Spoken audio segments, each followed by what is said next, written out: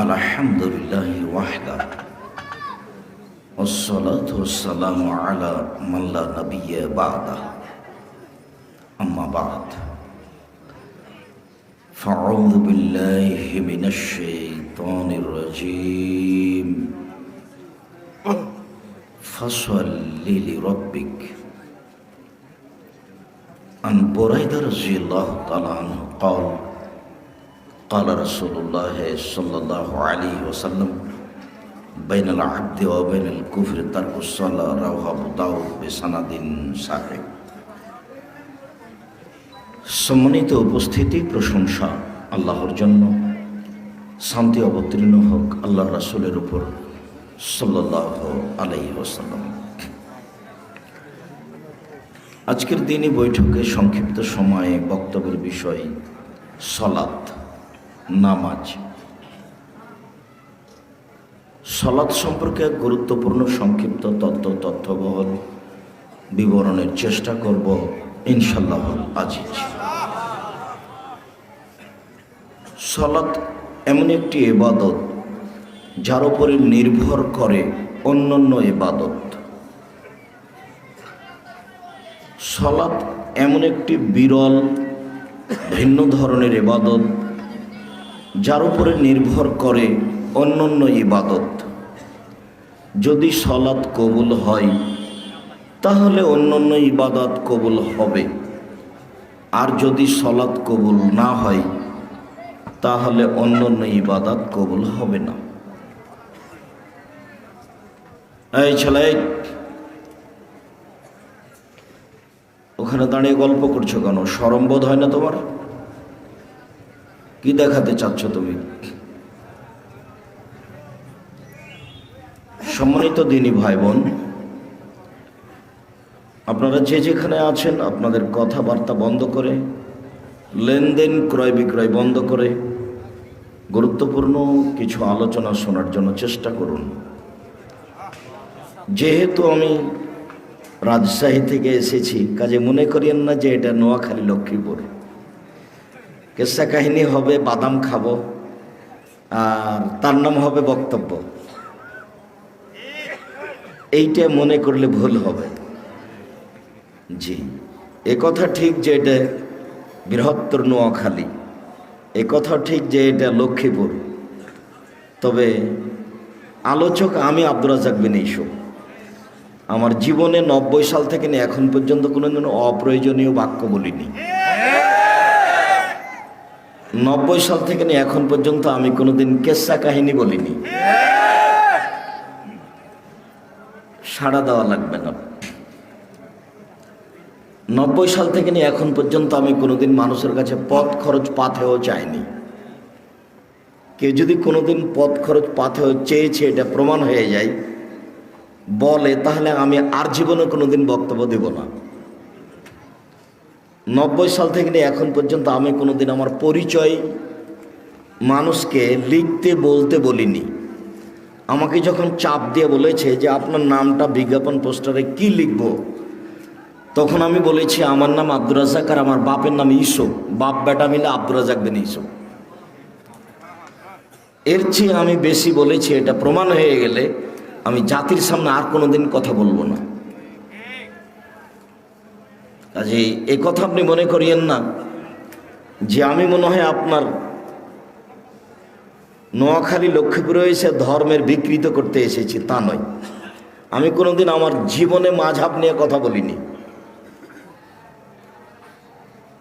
আমি আমার জীবনে কোনোদিন দল মত নিয়ে কথা বলিনি, এই দীর্ঘ 90 সাল থেকে আজ পর্যন্ত। কাজেই যে যেখানে আছেন আপনি এখন কথা বলা প্রয়োজন মনে করবেন না। আপনার কথাকে আমি ঘৃণা করি। আপনি এখন দোকানে লেনদেন করা প্রয়োজন মনে করবেন না। আপনার এই লেনদেনকে আমি বৈধ মনে করি না। আমি অনেক দূর থেকে এসেছি আর আপনার কিছু উপকার করব বলে এসেছি। ইনশাআল্লাহ আমি আপনার কিছু না কিছু উপকার করবই করব। যে যেখানে আছেন, জায়গা পান আর না পান, দাঁড়িয়ে থাকেন, বসে থাকেন, কিছুক্ষণ জরুরি কথা শোনা প্রয়োজন মনে করুন, আপনার জন্য ভালো হবে। সাধারণত আমি সলাত বলবো, নামাজ বলবো না। কেন? নামাজ শব্দ কোরআনেও নেই, হাদিসেও নেই। সলাত শব্দ কোরআনেও আছে, হাদিসেও আছে। যার কারণে আমি সলাত বলবো। আর অর্থগত হিসেবে দুইটাতে অনেক পার্থক্য আছে। সলাত মানে হলো বিশেষ প্রার্থনা, আর নামাজ মানে হলো উপাসনা করা। দুটো এক নয়। অমুসলিমও উপাসনা করে। কথা প্রসঙ্গে আমি সিয়াম বলবো, রোজা নয়। কেননা সিয়াম শব্দ কোরআনেও আছে, হাদিসেও আছে। রোজা শব্দ কোরআনে নেই, হাদিসেও নেই। অর্থগতভাবে রোজা এবং সিয়ামের মধ্যে অনেক পার্থক্য আছে। সিয়াম মানে বিরত থাকা, আর রোজা মানে উপবাস থাকা। অমুসলিমও উপবাস থাকে। কাজেই আমাকে সিয়ামই বলতে হবে। কথার পর্যায়ে আমি জাহান্নাম বলবো, দোজক নয়। কেন? জাহান্নাম কোরআনেও আছে, হাদিসেও আছে। দোজক শব্দ কোরআনেও নেই, হাদিসেও নেই। দুটের মধ্যে সমতা নেই। জাহান্নাম মানে যেখানে সর্ব ধরনের শাস্তি আছে, আর দোজক মানে নরক, আগুন। দুটো এক নয়। আমার কথায় আমি জান্নাত বলবো, বেহেশত নয়। কেননা জান্নাত শব্দ কোরআনেও আছে, হাদিসেও আছে। বেহেশত শব্দ কোরআনেও নেই, হাদিসেও নেই। দুইটার মধ্যে সমতাও নেই। জান্নাত মানে যেখানে সর্ব ধরনের শান্তি সুবিধা আছে, আর বেহেশত মানে স্বর্গ, সুবিধে।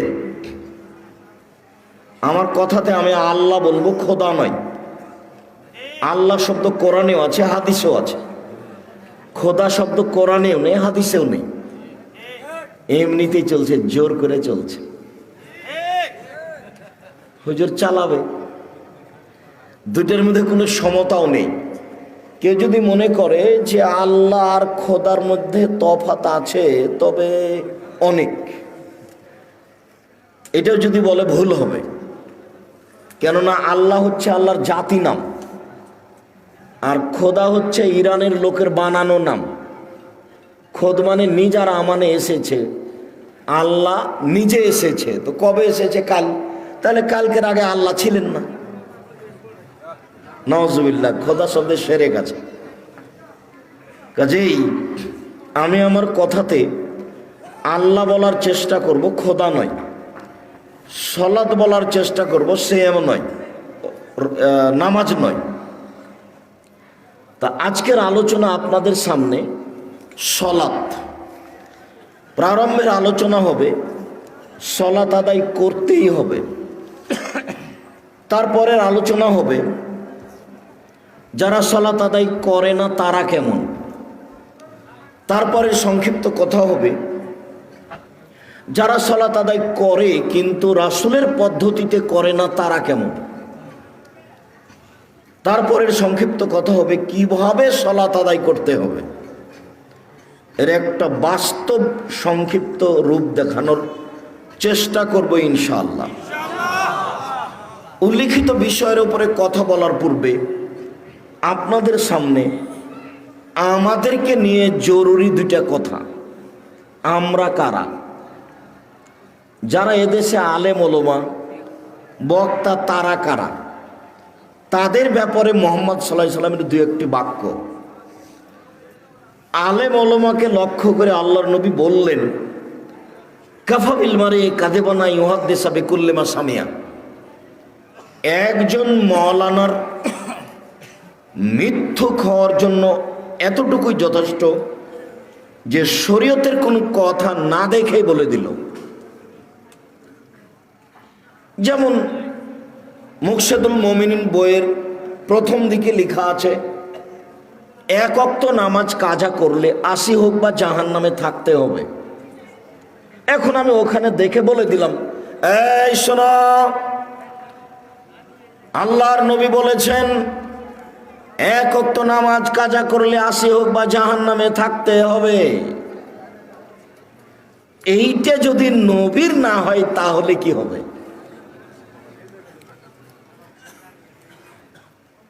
প্রথমত আমি মিথ্যুক, দ্বিতীয়ত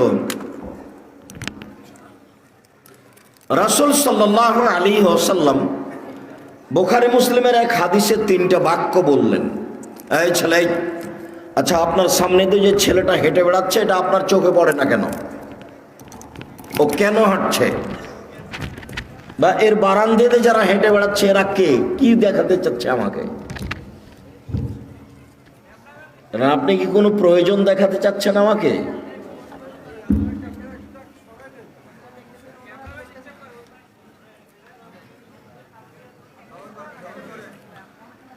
রাসূল সাল্লাল্লাহু আলাইহি সাল্লাম বললেন, আলেম ওলামা শোনো, বাল্লিগু আন্নী ওয়ালা আয়া, আমার একটি কথা জানা থাকলে অন্যকে বলো। মানে আমরা যদি নবীর কোনো কথা জানতে পারি তাহলে কি করতে হবে?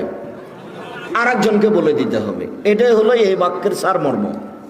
যেমন আমরা শিখেছি যে মসজিদে ঢুকতে হলে বলতে হয় আল্লাহুম্মা ফতাহ লি আবওয়াবা রাহমাতিক, আল্লাহ তুমি তোমার রহমতের দরজা খুলে দাও।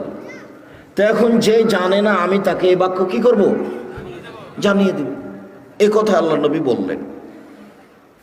পেশাব পায়খানায় বসার সময় বলতে হবে আল্লাহুম্মা ইন্নী আউযু বিকা মিনাল খুবুসি ওয়াল খাবাইস, আল্লাহ তোমার কাছে অপবিত্র জিন এবং জিন্নি থেকে বাঁচতে চাচ্ছি। পেশাব পায়খানায় বসতে হলে এই কথা বলতে হয়।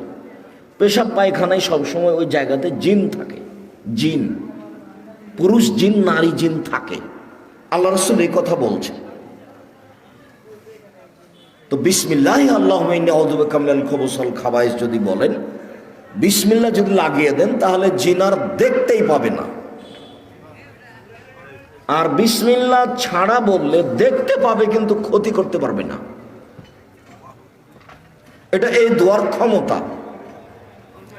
একজন বাম হাতে চা খাচ্ছে, তো আপনি দেখে এখন কি বলবেন? ডান হাতে খান, কেননা বাম হাতে শয়তান খায়। রাসূল সাল্লাল্লাহু আলাইহি সাল্লাম বলেন, লা ইয়াকুলুনা আহাদুকুম বিশিমালিহি ওয়া লা ইয়াসরাবান্না বিহা, অবশ্যই অবশ্যই তোমাদের কোনো ব্যক্তি যেন বাম হাতে না খায়, বাম হাতে পান না করে, কেননা শয়তান বাম হাতে খায়, শয়তান বাম হাতে পান করে। তা আপনার সামনে একটা লোক বাম হাতে চা খাচ্ছে, আপনি কি করবেন? আপনাকে বলতে হবে, আপনি বলতে বাধ্য। বলেন, সলিও হবে না, ফাঁসিও হবে না, চটে যেতে পারে, গালি দিতে পারে, ধমকাতে পারে, বের হন এখান থেকে, এ কথা বলতে পারে, তবে সলি হবে না, ফাঁসি হবে না। তা আপনি বলেন, এত পিছিয়ে হটেন কেন? আর হাদিসের অনুবাদ করতে গিয়ে যদি আপনি আসামি হয়ে যান তাহলে আপনি হবেন 2 নাম্বার, আর 1 নম্বরে কে হবেন? মুহাম্মদ সাল্লাল্লাহু আলাইহি সাল্লাম। কাজে আপনার কোনো চিন্তা নেই। আপনি দিন প্রচার করতে গিয়ে কখনো আপনি 1 নম্বর আসামি নন, আপনি 2 নম্বর। আপনার যদি জেল হয় তা আজীবন জেল হবে, ফাঁসি হবে না। আর ফাঁসি হলে মুহাম্মদ সাল্লাল্লাহু আলাইহি সাল্লামের হবে। হোক, ফাঁসি হলে হোক। আপনি এত নিরাশা কেন? কথা বলতে চান না কেন? ছেলে বসো।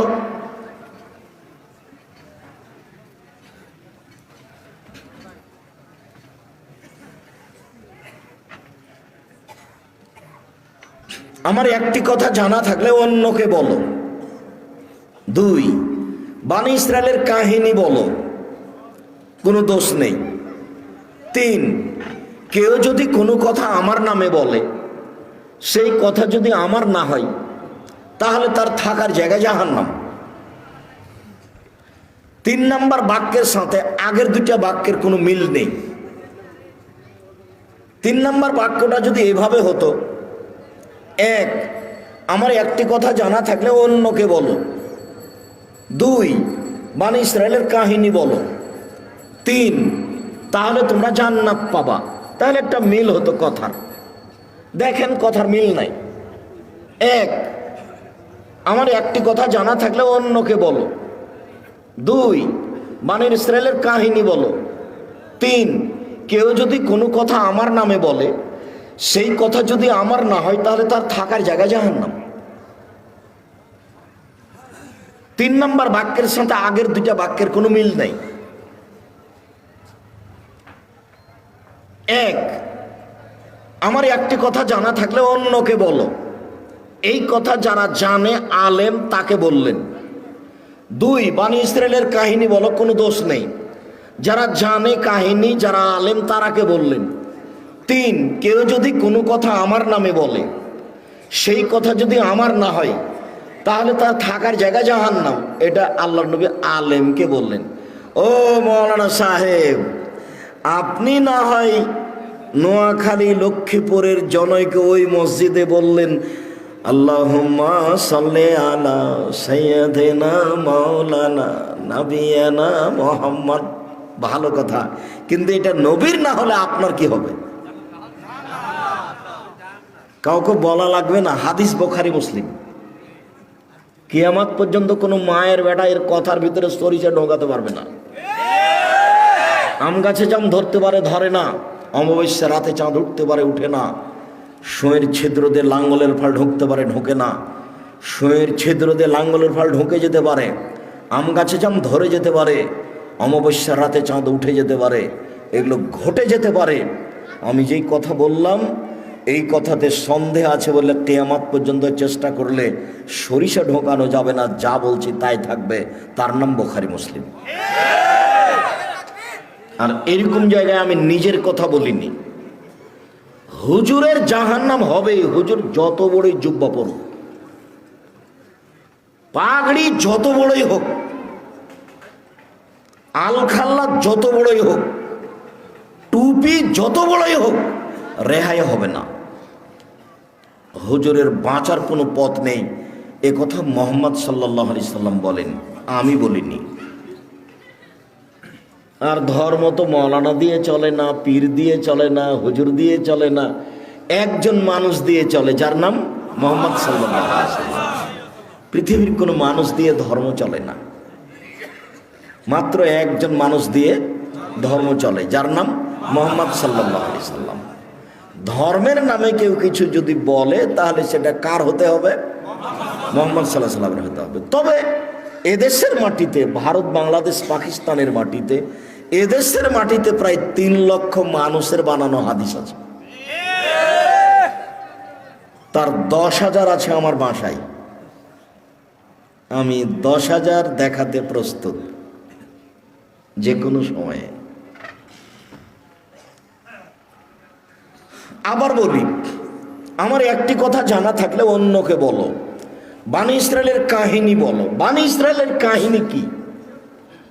যেমন একটা আজ থেকে নিয়ে হাজার হাজার বছর আগেকার কাহিনীর নাম বনী ইসরাইলের কাহিনী। যেমন আপনাকে একটা দেখাই, বুখারী মুসলিমের হাদিস। আবু হুরায়রা রাদিয়াল্লাহু তাআলা আনহু বলেন, রাসূল সাল্লাল্লাহু আলাইহি সাল্লাম বলেছেন, লাম ইয়াতাকাল্লাম ফিল মাহদি ইল্লা সালাসা। মায়ের কোলে দুধের বাচ্চা 3 জন কথা বলেছে, দুধ খেতে খেতে কথা বলেছে। শিশু 1 ঈসা আলাইহিস সালাম। যেমন বাচ্চা নিয়ে গ্রামে ঢুকেছে, তখন গ্রামের লোকেরা বলা শুরু করেছে, ছি ছি ছি ছি ছি ছি ছি ছি, মারিয়াম এত খারাপ মহিলা, জেনা করে সন্তান নিয়ে এসেছে। আরে ওর তো বাপ ভালো মানুষ ছিল, ওর মা কত ভালো মানুষ ছিল, ছি ছি ছি ছি ছি, কত খারাপ মহিলা, অবৈধ সন্তান নিয়ে এসেছে গ্রামে। সবাই বলা বলি করতে লাগলো। এ তো মুখ তো বন্ধ করা যাবে না কারো, যার যা ইচ্ছা সে তা বলে নিচ্ছে। এখন উনি আর কি বলবেন? তখন উনি বলছেন, বাচ্চার সাথে কথা বলেন। তখন বাচ্চা বলছেন, আব্দুল্লাহ নবী, আমি হচ্ছে আব্দুল্লাহ, আল্লাহর বান্দা, আমি নবী। দুধের বাচ্চা কথা বলছে। 2 রাজুলুন কানা ফি বনী ইসরাইল ইউকালু লাহু জুরাইজ। হাজার বছর আগে একটা লোক ছিল, তার নাম ছিল জুরাইজ। ইসাল্লি ফি সাওমাতি, সে তার গির্জা ঘরে ইবাদত করত। ফাআতাতহু উম্মুহু, একদা তার মা তার কাছে আসলো। ফাদাতহু, তার মা তাকে ডাকলো।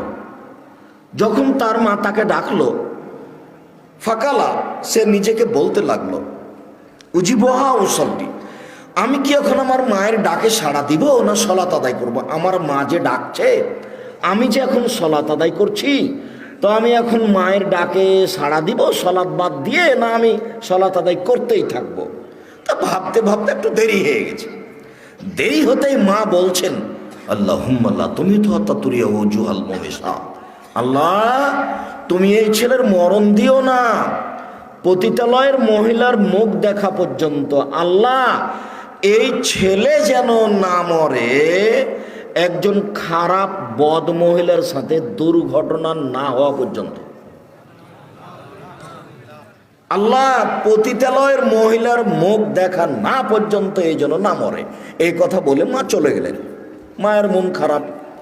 ফাতার রাজাতুল্লাহ হিম্বা, বলতে না বলতে একজন মহিলা এসে উপস্থিত। ফাকাল্লামাত, মহিলা এসে জোরাইজের সাথে কথা বলল, আমার সাথে জেনায় লিপ্ত হন। ফাআবা, তিনি অস্বীকার করলেন। ছি ছি ছি ছি ছি ছি, তুমি বলো কি কথা?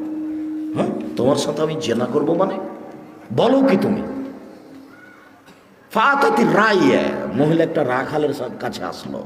ফাম কানাথু, মহিলা রাখালকে চেপে ধরলো, অবৈধ কর্ম করলো। ফাওয়ালাদাত গোলামান, এতে সে একটা বাচ্চা জন্ম দিল। ফাকালাত হুয়া মিন জোরাইজ, বাচ্চাটা প্রসব করার পরে বলল এই বাচ্চা হলো জোরাইজের। ফাতাহু, জনগণ তার গির্জা ঘরের কাছে আসলো।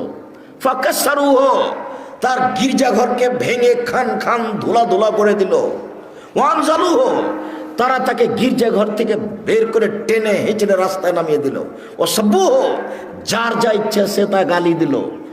গির্জাঘরে অবৈধ কর্ম করে এইটা প্রমাণ তাদের কাছে মহিলার মুখের মাধ্যমে। আপনার লক্ষ্মীপুর জেলে 20 বছর 10 বছর থেকে কতজন লোক আছে, ও নিজেও জানে না আমি কেন জেলে। জজও জানে না ঘটনা কি, উকিলও জানে না ঘটনা কি। সাক্ষী বলছে আমি 2 চোখে মারতে দেখেছি, অথচ সেদিনও লক্ষ্মীপুরেই ছিল না, ছিল রংপুরে। তার নাম মিথ্যা সাক্ষী, তার নাম মিথ্যা সাক্ষী। পৃথিবীতে 3য় মহাপাপ হলো মিথ্যা সাক্ষী। তো কথা তো সমাজে ছড়ালো যে জোরাইজ অন্যায় করেছে, কেউ তো রক্ষা করলো না। যার যেভাবে মনে চলো সে সেভাবে তার সাথে খারাপ আচরণ করলো। ফাকামা, জোরাইজ দাঁড়ালো। ফাতাওয়াদ্দা, অজু করলো। অসল্লা রাকাতাইন, 2 রাকাত সালাত আদায় করলো। ফাতাল গোলাম, এবার দুধের বাচ্চার কাছে আসলো। দুধের বাচ্চাকে এসে বলল, মানা বুকা, ও দুধের বাচ্চা তুমি বলো তো তোমার বাপকে? কালা আবিয়া রাই, বাচ্চা বলল আমার বাপ রাখাল। ফাকাল, জনগণ বলল, নাবনি সাওমাতাকা বিযাবে, জোরাইজ তোমার গির্জাঘর স্বর্ণ দিয়ে বানিয়ে দিব। কালা লা ইল্লা বিতিন, জোরাইজ বললেন না, আমার গির্জাঘর যা ছিল মাটি দিয়ে বানিয়ে দিতে হবে, তাহাই করিতে হইবে। হাদিস মুসলিম। এর নাম বানি ইসরায়েলের কাহিনী, হাজার হাজার বছর আগের কাহিনী। কাহিনী সত্য, বলতে পারবেন। এই হাদিসে কি বুঝলাম? এক নাম্বার বুঝলাম, ভুলেও কোনোদিন ছেলে মেয়ের জন্য বদদুয়া করবেন না। ছেলে মেয়ে যদি আপনাকে মারে, গালি দেয়, জমি দখল করে নেয়, বাড়ি থেকে বের করে দেয়, তবু মুখ খুলবেন না। যদি ছেলে মারে তাহলে তাড়াহুড়া করে উঁচু করে 2 রাকাত সালাত আদায় করে আল্লাহর কাছে হাত তুলে বলেন, আমাকে ছেলে ফিরিয়ে দাও। আমি এরকম ছেলে মানুষ করিনি, আমার ছেলে আমাকে মাথায় করে থাকবে, শ্রদ্ধা করবে, আমি এটা চাই তোমার কাছে। তুমি আমাকে ছেলে ফিরিয়ে দাও। 2 চোখের পানি ঝরঝর করে ঝরবে, আর আপনি আল্লাহকে কথা বলবেন, ছেলে 24 ঘন্টার মধ্যে আমি ফিরিয়ে চাই। যেই ছেলে আমার পা ধরে বলবে আব্বা ভুল হয়েছে, আপনাকে আর আমি কোনোদিন কোনো কথা বলবো না, আমি আমার জীবন বাজি রেখে আপনাকে শ্রদ্ধা করব, আপনার যা কিছু বলার আপনি বলবেন, আমি কোনোদিন প্রত্যুত্তর করব না। আমি এইটা চাচ্ছি তোমার কাছে। কেন আপনি বলতে গেলেন তোর উপরে গজব নাজল হবে, তোকে ত্যায্য পুত্র করলাম, তোকে এই করলাম, তোকে সেই করলাম, তোকে জমি দিব না, তোকে জায়গা দিব না, তুই বাড়ি থেকে বের হয়ে যায়, এই কথা বললেন কেন আপনি? শোনেন, বাপ হিসেবে, মা হিসেবে জীবনে কোনোদিন ছেলে মেয়ের বিরুদ্ধে মুখ খুলবেন না। রাসূল সাল্লাল্লাহু আলাইহি ওয়াসাল্লাম নিষেধ করেছে। কখনো তোমরা তোমাদের ছেলে মেয়ের উপরে বদদুয়া করো না। 3 শ্রেণীর মানুষের দোয়া কবুল হবে, মধ্যে কোনো আড় নাই। বলার সাথে সাথে লেগে গেছে, বলার সাথে সাথে একবারে লেগে যাবে, সেটা হলো বাপ মা। মন খারাপ করবেন না ছেলে মেয়ের উপরে। ছেলে মেয়ে যদি খারাপ আচরণ করে তো আমি যেটা পরামর্শ দিলাম পালন করতে পারবেন না? পরামর্শ মনে হবে মনে নেই। বলেন তো কি পরামর্শ দিলাম? সুন্দর করে অজু, নোয়াখালীর অজু করবেন না, তাড়াহুড়া করে শুকা আছে ফাঁকা এগুলো নেই, মনে কষ্ট নেন না। মাঝে মধ্যে একটু বলছি এই জন্য যে আমারও খুব কষ্ট হয় যে মানুষ কেন শিরককে নেকির কাজ বলছে, বিদআতকে নেকির কাজ বলছে। যদিচ ফরিদপুর, শরীয়তপুর, মাদারীপুর, মাগুরা তারাও এরকমই, কিন্তু আপনাদের চেয়ে তারা বেশি আগিয়েছে বলে আমার অনুমান। ঠিক বরিশাল, পিরোজপুর, ঝালকাঠি, ভোলা, বরগুনা, পটুয়াখালী আপনাদের মতোই শিরক বেদাত নেকির কাজ। এরপরে আপনাদের চেয়ে তারা অনেক বেশি আগিয়েছে বলে আমার অনুমান। আব্দুর রাজ্জাক সাহেব আমাদের কি দুর্বল দেখছেন? কিছুটা কিছুটা তাই আমার মনে তাই হচ্ছে। আমি বাহ্যিক অনুমান করে বলছি। আমি তো চট্টগ্রাম, সিলেট, বরিশাল, নোয়াখালী, ফরিদপুর যাচ্ছি, তাতে আমার অনুমান। তবে ফরিদপুর, শরীয়তপুর, মাদারীপুর, মাগুরা, আপনার ওইদিকে বরিশাল, ঝালকাঠি, পিরোজপুর, ভোলা, বরগুনা, পটুয়াখালী, আর এইদিকে আপনার নোয়াখালী, ফেনী, লক্ষ্মীপুর, আর ওইদিকে আপনার কুমিল্লা, আপনার চাঁদপুর, ব্রাহ্মণবাড়িয়া, ওইদিকে আপনার সিলেট, সুনামগঞ্জ, মৌলভীবাজার, এইসব পুরো জেলাগুলি 19-20 শিরক নেকির কাজ, বিদআত নেকির কাজ।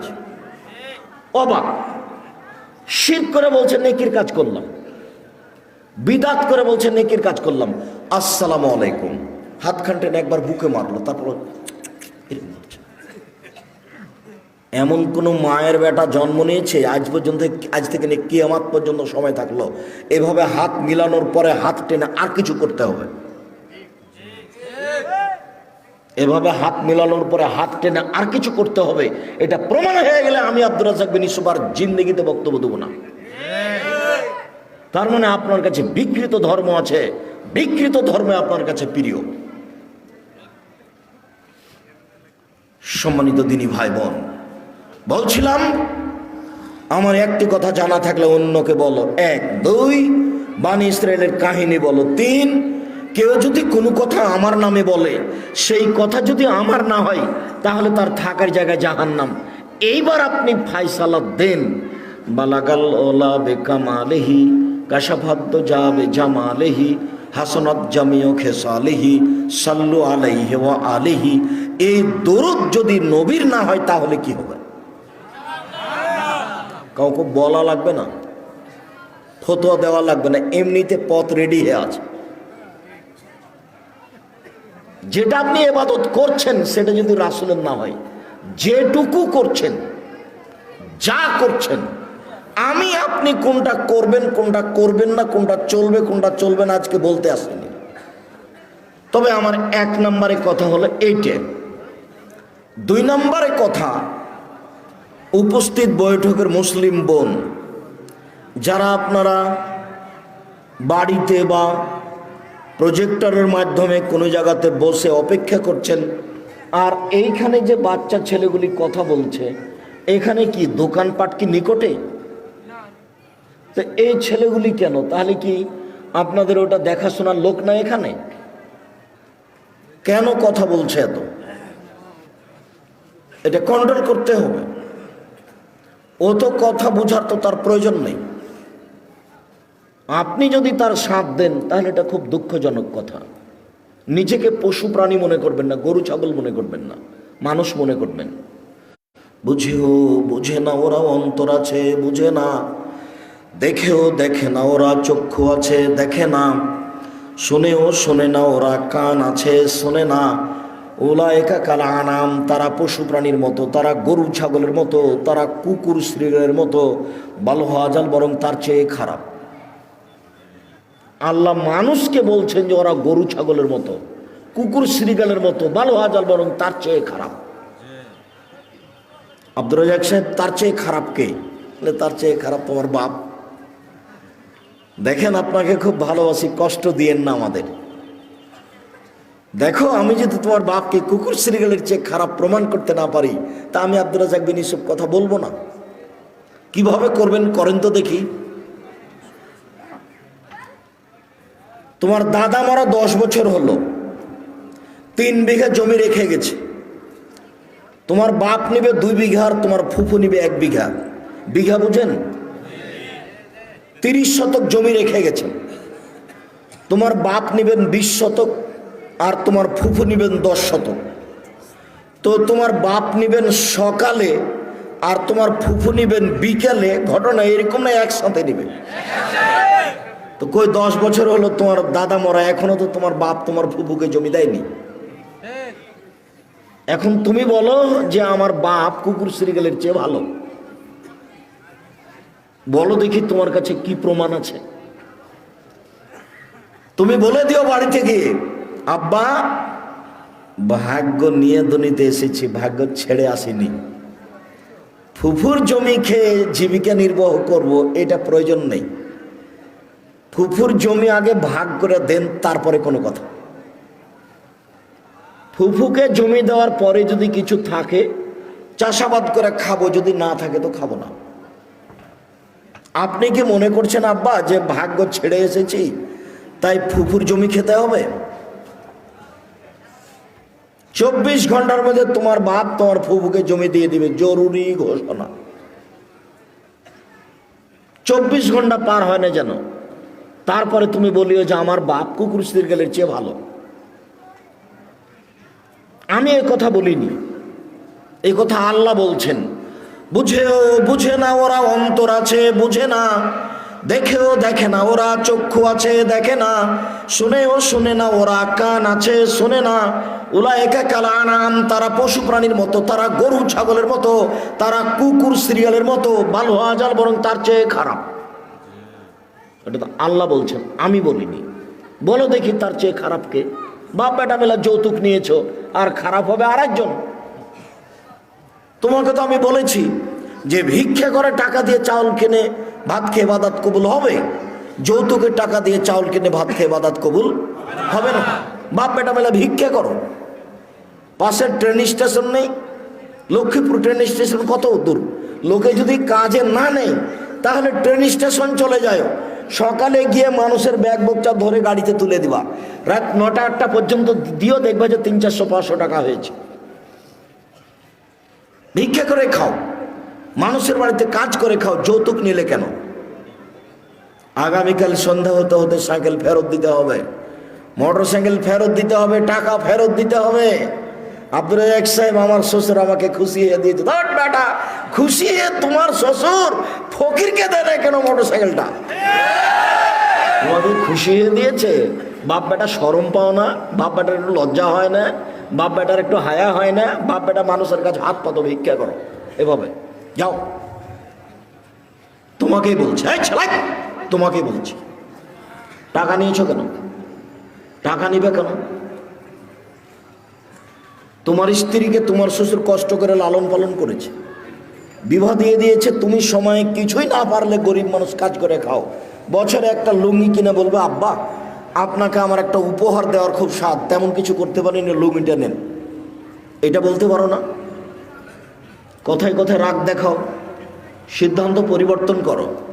সম্মানিত দিনী ভাই বোন, আপনাদের সাথে জরুরি কথা, বিশেষভাবে মুসলিম বোন শোনেন। আপনি যদি 4টা কাজ করতে পারেন, জান্নাতের সব দরজা খোলা। উপস্থিত বৈঠকের মুসলিম বোন, সারা পৃথিবীর মহিলা, আপনারা যদি 4টা কাজ করতে পারেন জান্নাতের সব দরজা খোলা। 1, সলাত খামসাহা, 5 ওয়াক্ত সলাত আদায় করলো। 2, সমাজ সাহারাহা, রমজান মাসে সিয়াম পালন করলো, রোজা থাকলো। 3, আতাত বালাহা, স্বামীকে মেনে চলল। 4, আহসানাত ফারজাহা, জেনায় লিপ্ত হলো না, তাহলে জান্নাতের সব দরজা খোলা। এ কথা আমি বলিনি, আমি একজন অনুবাদক।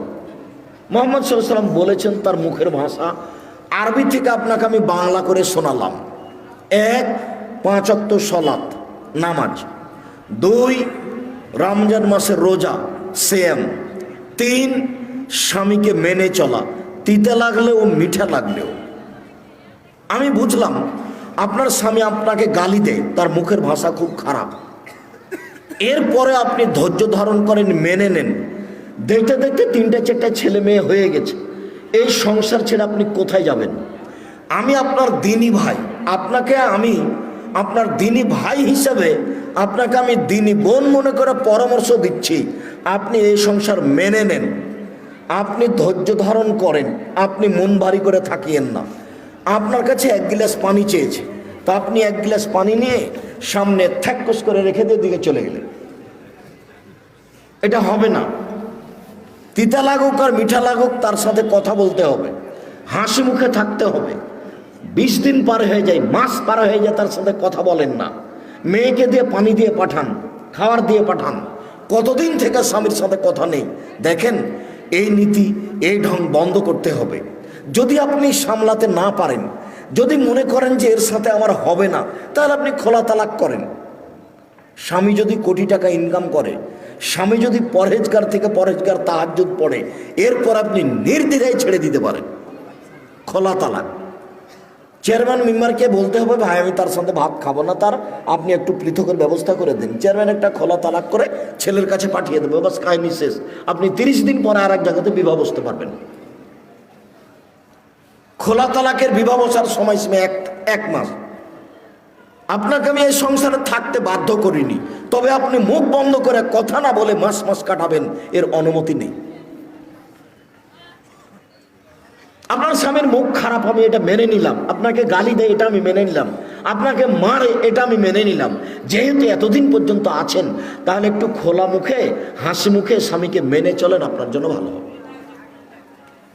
জান্নাতের দরজা সব খোলা, আমি বলিনি, এ কথা মুহাম্মদ সাল্লাল্লাহু আলাইহি ওয়াসাল্লাম বলেছে। 4, জেনা থেকে বেঁচে থাকলো।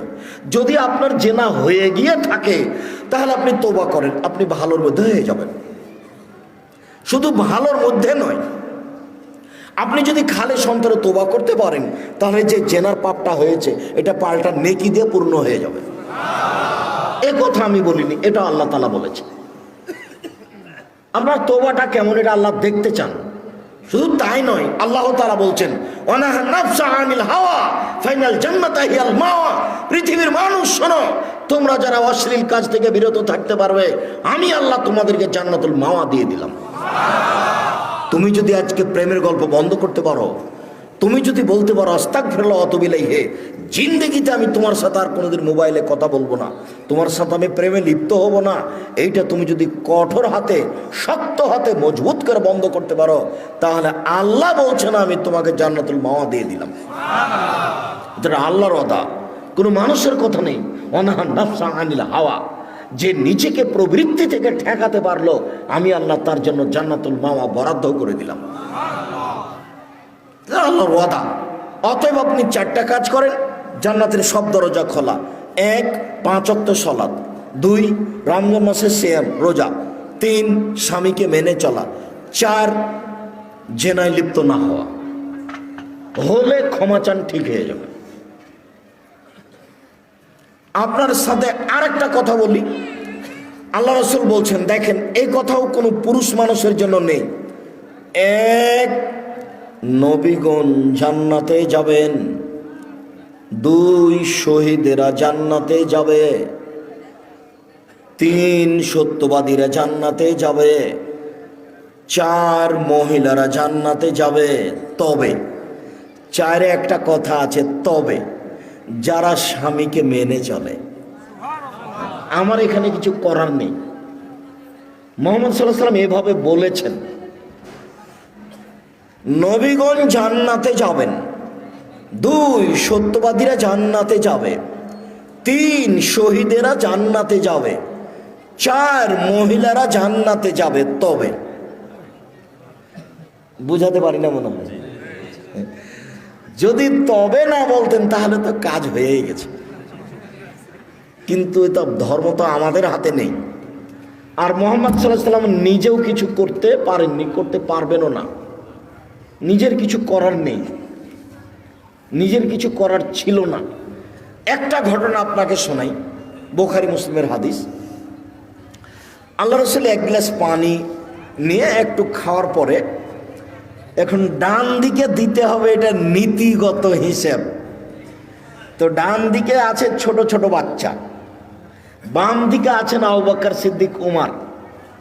তখন আল্লাহ রাসূল ছোট ছোট বাচ্চাগুলিকে বলছেন, এই শোনো শোনো শোনো, তোমরা আমাকে একটু অনুমতি দাও না, আমি গিলাসটা এদিকে দিই। বাম দিকে বড় মানুষ আছে, কিন্তু আমি তো দিতে পারি না, আমাকে ডান দিক থেকে দিতে হবে, তো তোমরা একটু অনুমতি দাও আমাকে।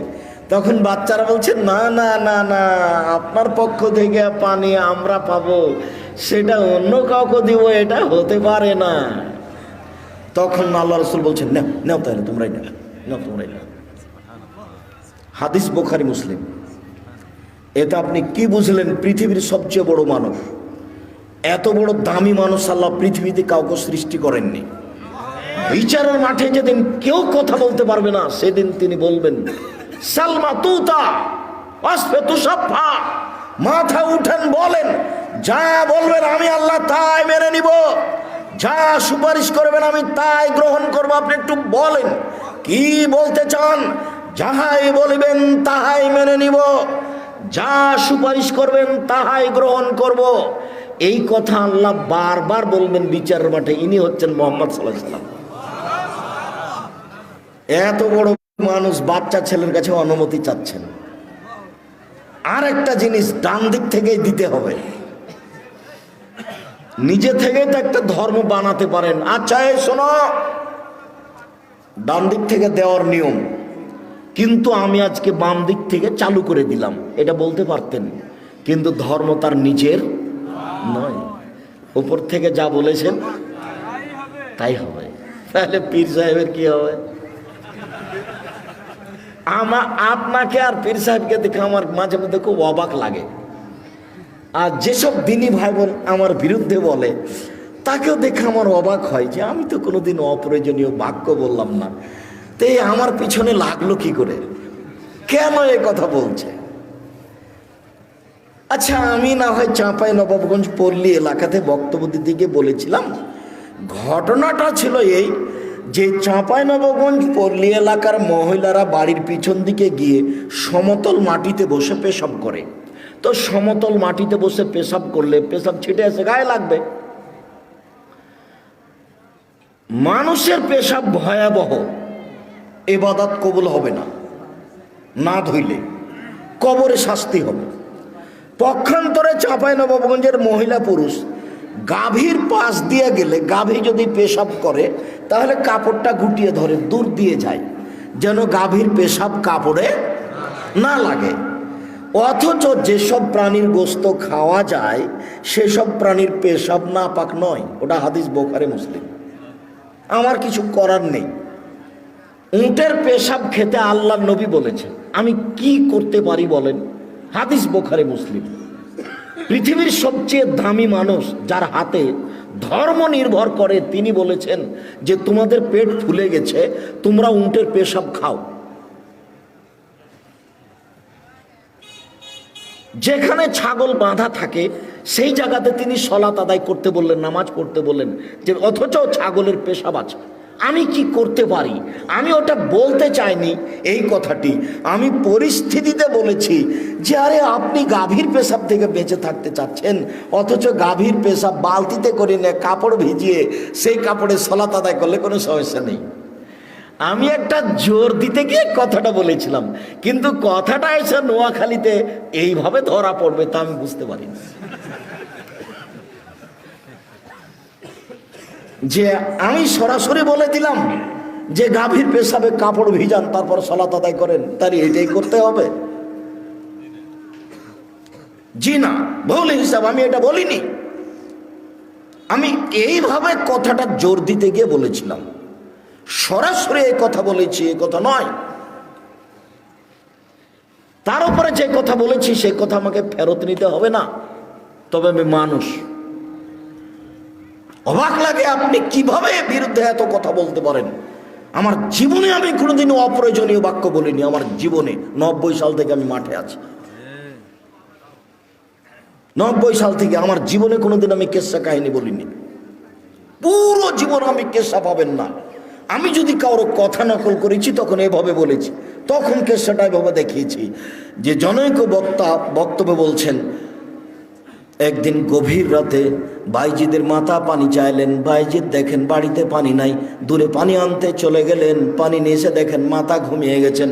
বাইজিদ গিলাস হাতে করে মায়ের পাশে দাঁড়িয়ে থাকলেন। সকাল হয়ে গেল, মায়ের ঘুম ভেঙে গেল। মা দেখে পাশে বাইজিদ গিলাস নিয়ে দাঁড়িয়ে আছে। বাবা বাইজিদ তুমি কেন দাঁড়িয়ে আছো? আম্মা আপনি সন্ধ্যা রাতে পানি চেয়েছিলেন, দেখি বাড়িতে পানি নাই, দূরে পানি আনতে গেলাম, পানি নিয়ে এসে দেখি আপনি ঘুমিয়ে গেছেন। আমি চিন্তা করলাম রাতের কোনো অংশে যদি আমার আম্মা পানি চান, আমি যদি নির্ধারিত সময়ে পানি দিতে না পারি তাহলে আমি উপযুক্ত সন্তান হতে পারবো না। সেই জন্য আমি গিলাস নিয়ে দাঁড়িয়ে আছি। মা গিলাসটা হাতে করে পানিটুকু পান করে নিয়ে বাচ্চাকে শুইয়ে দিয়ে আল্লাহর দরবারে প্রার্থনা করতে লাগলেন, আল্লাহ আমার বাইজিদের প্রতি আমি খুশি হয়ে গেছি, তুমি আমার বাইজিদকে কবুল করে নাও। মায়ের দোয়া কবুল হয়ে গেল, বাইজিদ বড় আলেম হয়ে গেলেন। ঘটনা মিথ্যে।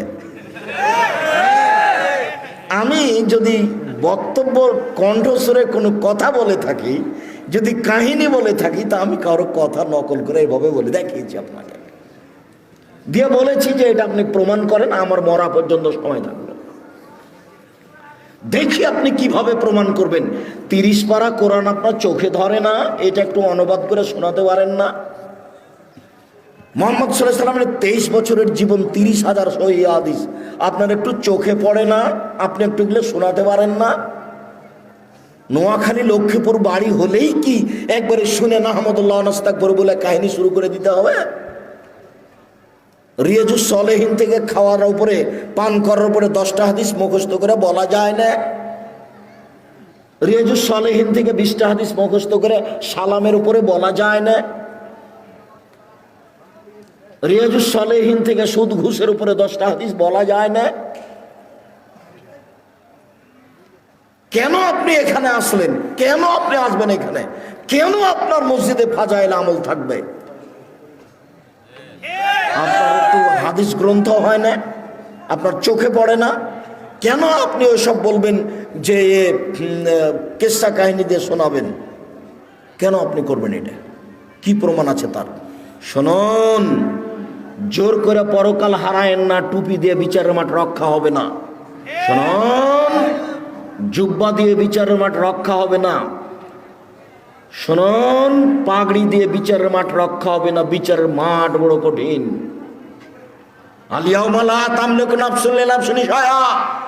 আজ কোন মানুষ কোন মানুষের কোন উপকার করতে পারবে না। একচ্ছত্র মালিকানা আমার। আইনাল জব্বার, আইনাল মুতাকাব্বির, স্বৈরাচারী, স্বেচ্ছাচারী, অহংকারী, বদ মেজাজিরা কোথায়? আনা মালিকুল আমলাক, আমি হচ্ছি রাজাধিরাজ। এই কথা বলে বিচার শুরু হবে। বিচারের মাঠ বড় কঠিন। সম্মানিত দিদি ভাই বোন, স্বামীকে মেনে চলেন। 3টে গুণের ভিত্তিতে একজন মহিলা ভালো হতে পারে। 1, স্বামীর সাথে কথা বললে হাসি মুখে বলে। 2, স্বামী আদেশ করলে পালন করে। 3, স্বামী বাড়িতে না থাকলে নিজেকে গুটিয়ে হেফাজতে রাখে। ভাবির বাড়ি, চাচির বাড়ি চলে যায় না, মোবাইলে গল্পে লিপ্ত হয় না, নিজেকে হেফাজতে রাখে। মনে থাকবে কি? ভালো মহিলার কয়টা গুণ বলেন তো দেখি? 3টে। 1, স্বামীর সাথে কথা বললে হাসি মুখে বলে। 2, স্বামী আদেশ করলে পালন করে। 3, স্বামী বাড়িতে না থাকলে নিজেকে হেফাজতে রাখে। এই 3টে গুণের ভিত্তিতে একজন নারী ভালো হতে পারে। এবার আপনাকে নিয়ে একটা কথা বলে আমরা আলোচনায় যাচ্ছি। আপনি কে? আপনার পরিবারের উপরে আপনার কি ক্ষমতা আছে? প্রেসিডেন্ট আইয়ুব, পাকিস্তানের প্রেসিডেন্ট মার্শাল্লাহ জারি দেশে 44 ধারা জারি আছে, কারফিউ জারি।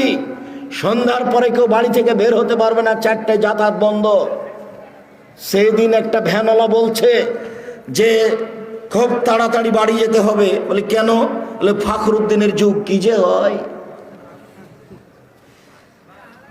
রাজশাহী মেডিকেলে গিয়ে দেখছি যে মেডিকেল একটা কলার ছালও নাই, মানুষও নাই। আমার নিজের কথা বলছি, নিজের চোখের দেখা কথা। আর ভ্যান চালকের কথা আমি নিজে নকল করছি। তার নাম ক্ষমতা। আপনি হচ্ছেন এই বাড়ির মালিক। এই বাড়িতে 44 ধারা জারি থাকবে আপনার পক্ষ থেকে। আপনার মেয়ে এখন এখানে এসে গল্প করছে মানে আপনি কাপুরুষ। আপনার ছেলে বিড়ি সিগারেট খায়, দোকানে আড্ডা পিটে, মানে আপনি কাপুরুষ। আপনার বিবাহ করা ঠিক হয়নি, আপনার ছেলে জন্ম দেওয়া ঠিক হয়নি। পুরুষ মানে ক্ষমতাধর। এই বাড়িতে তার ক্ষমতা চলবে, যা বলবে তাই হবে, তার নাম ক্ষমতা। এই বাড়িতে কারফিউ জারি থাকবে, তার নাম বাপ। এ কথা আমি বলিনি। বাড়ির পূর্ণ নিয়ন্ত্রণ ক্ষমতা বাপের হাতে থাকবে, এই কথা মুহাম্মদ সাল্লাল্লাহু আলাইহি ওয়াসাল্লাম বলেন। অতএব এক ফাকসুহা মাক্তাসাইতা, যে মানের কাপড় আপনি পরবেন বউকে সে মানের পরাবেন।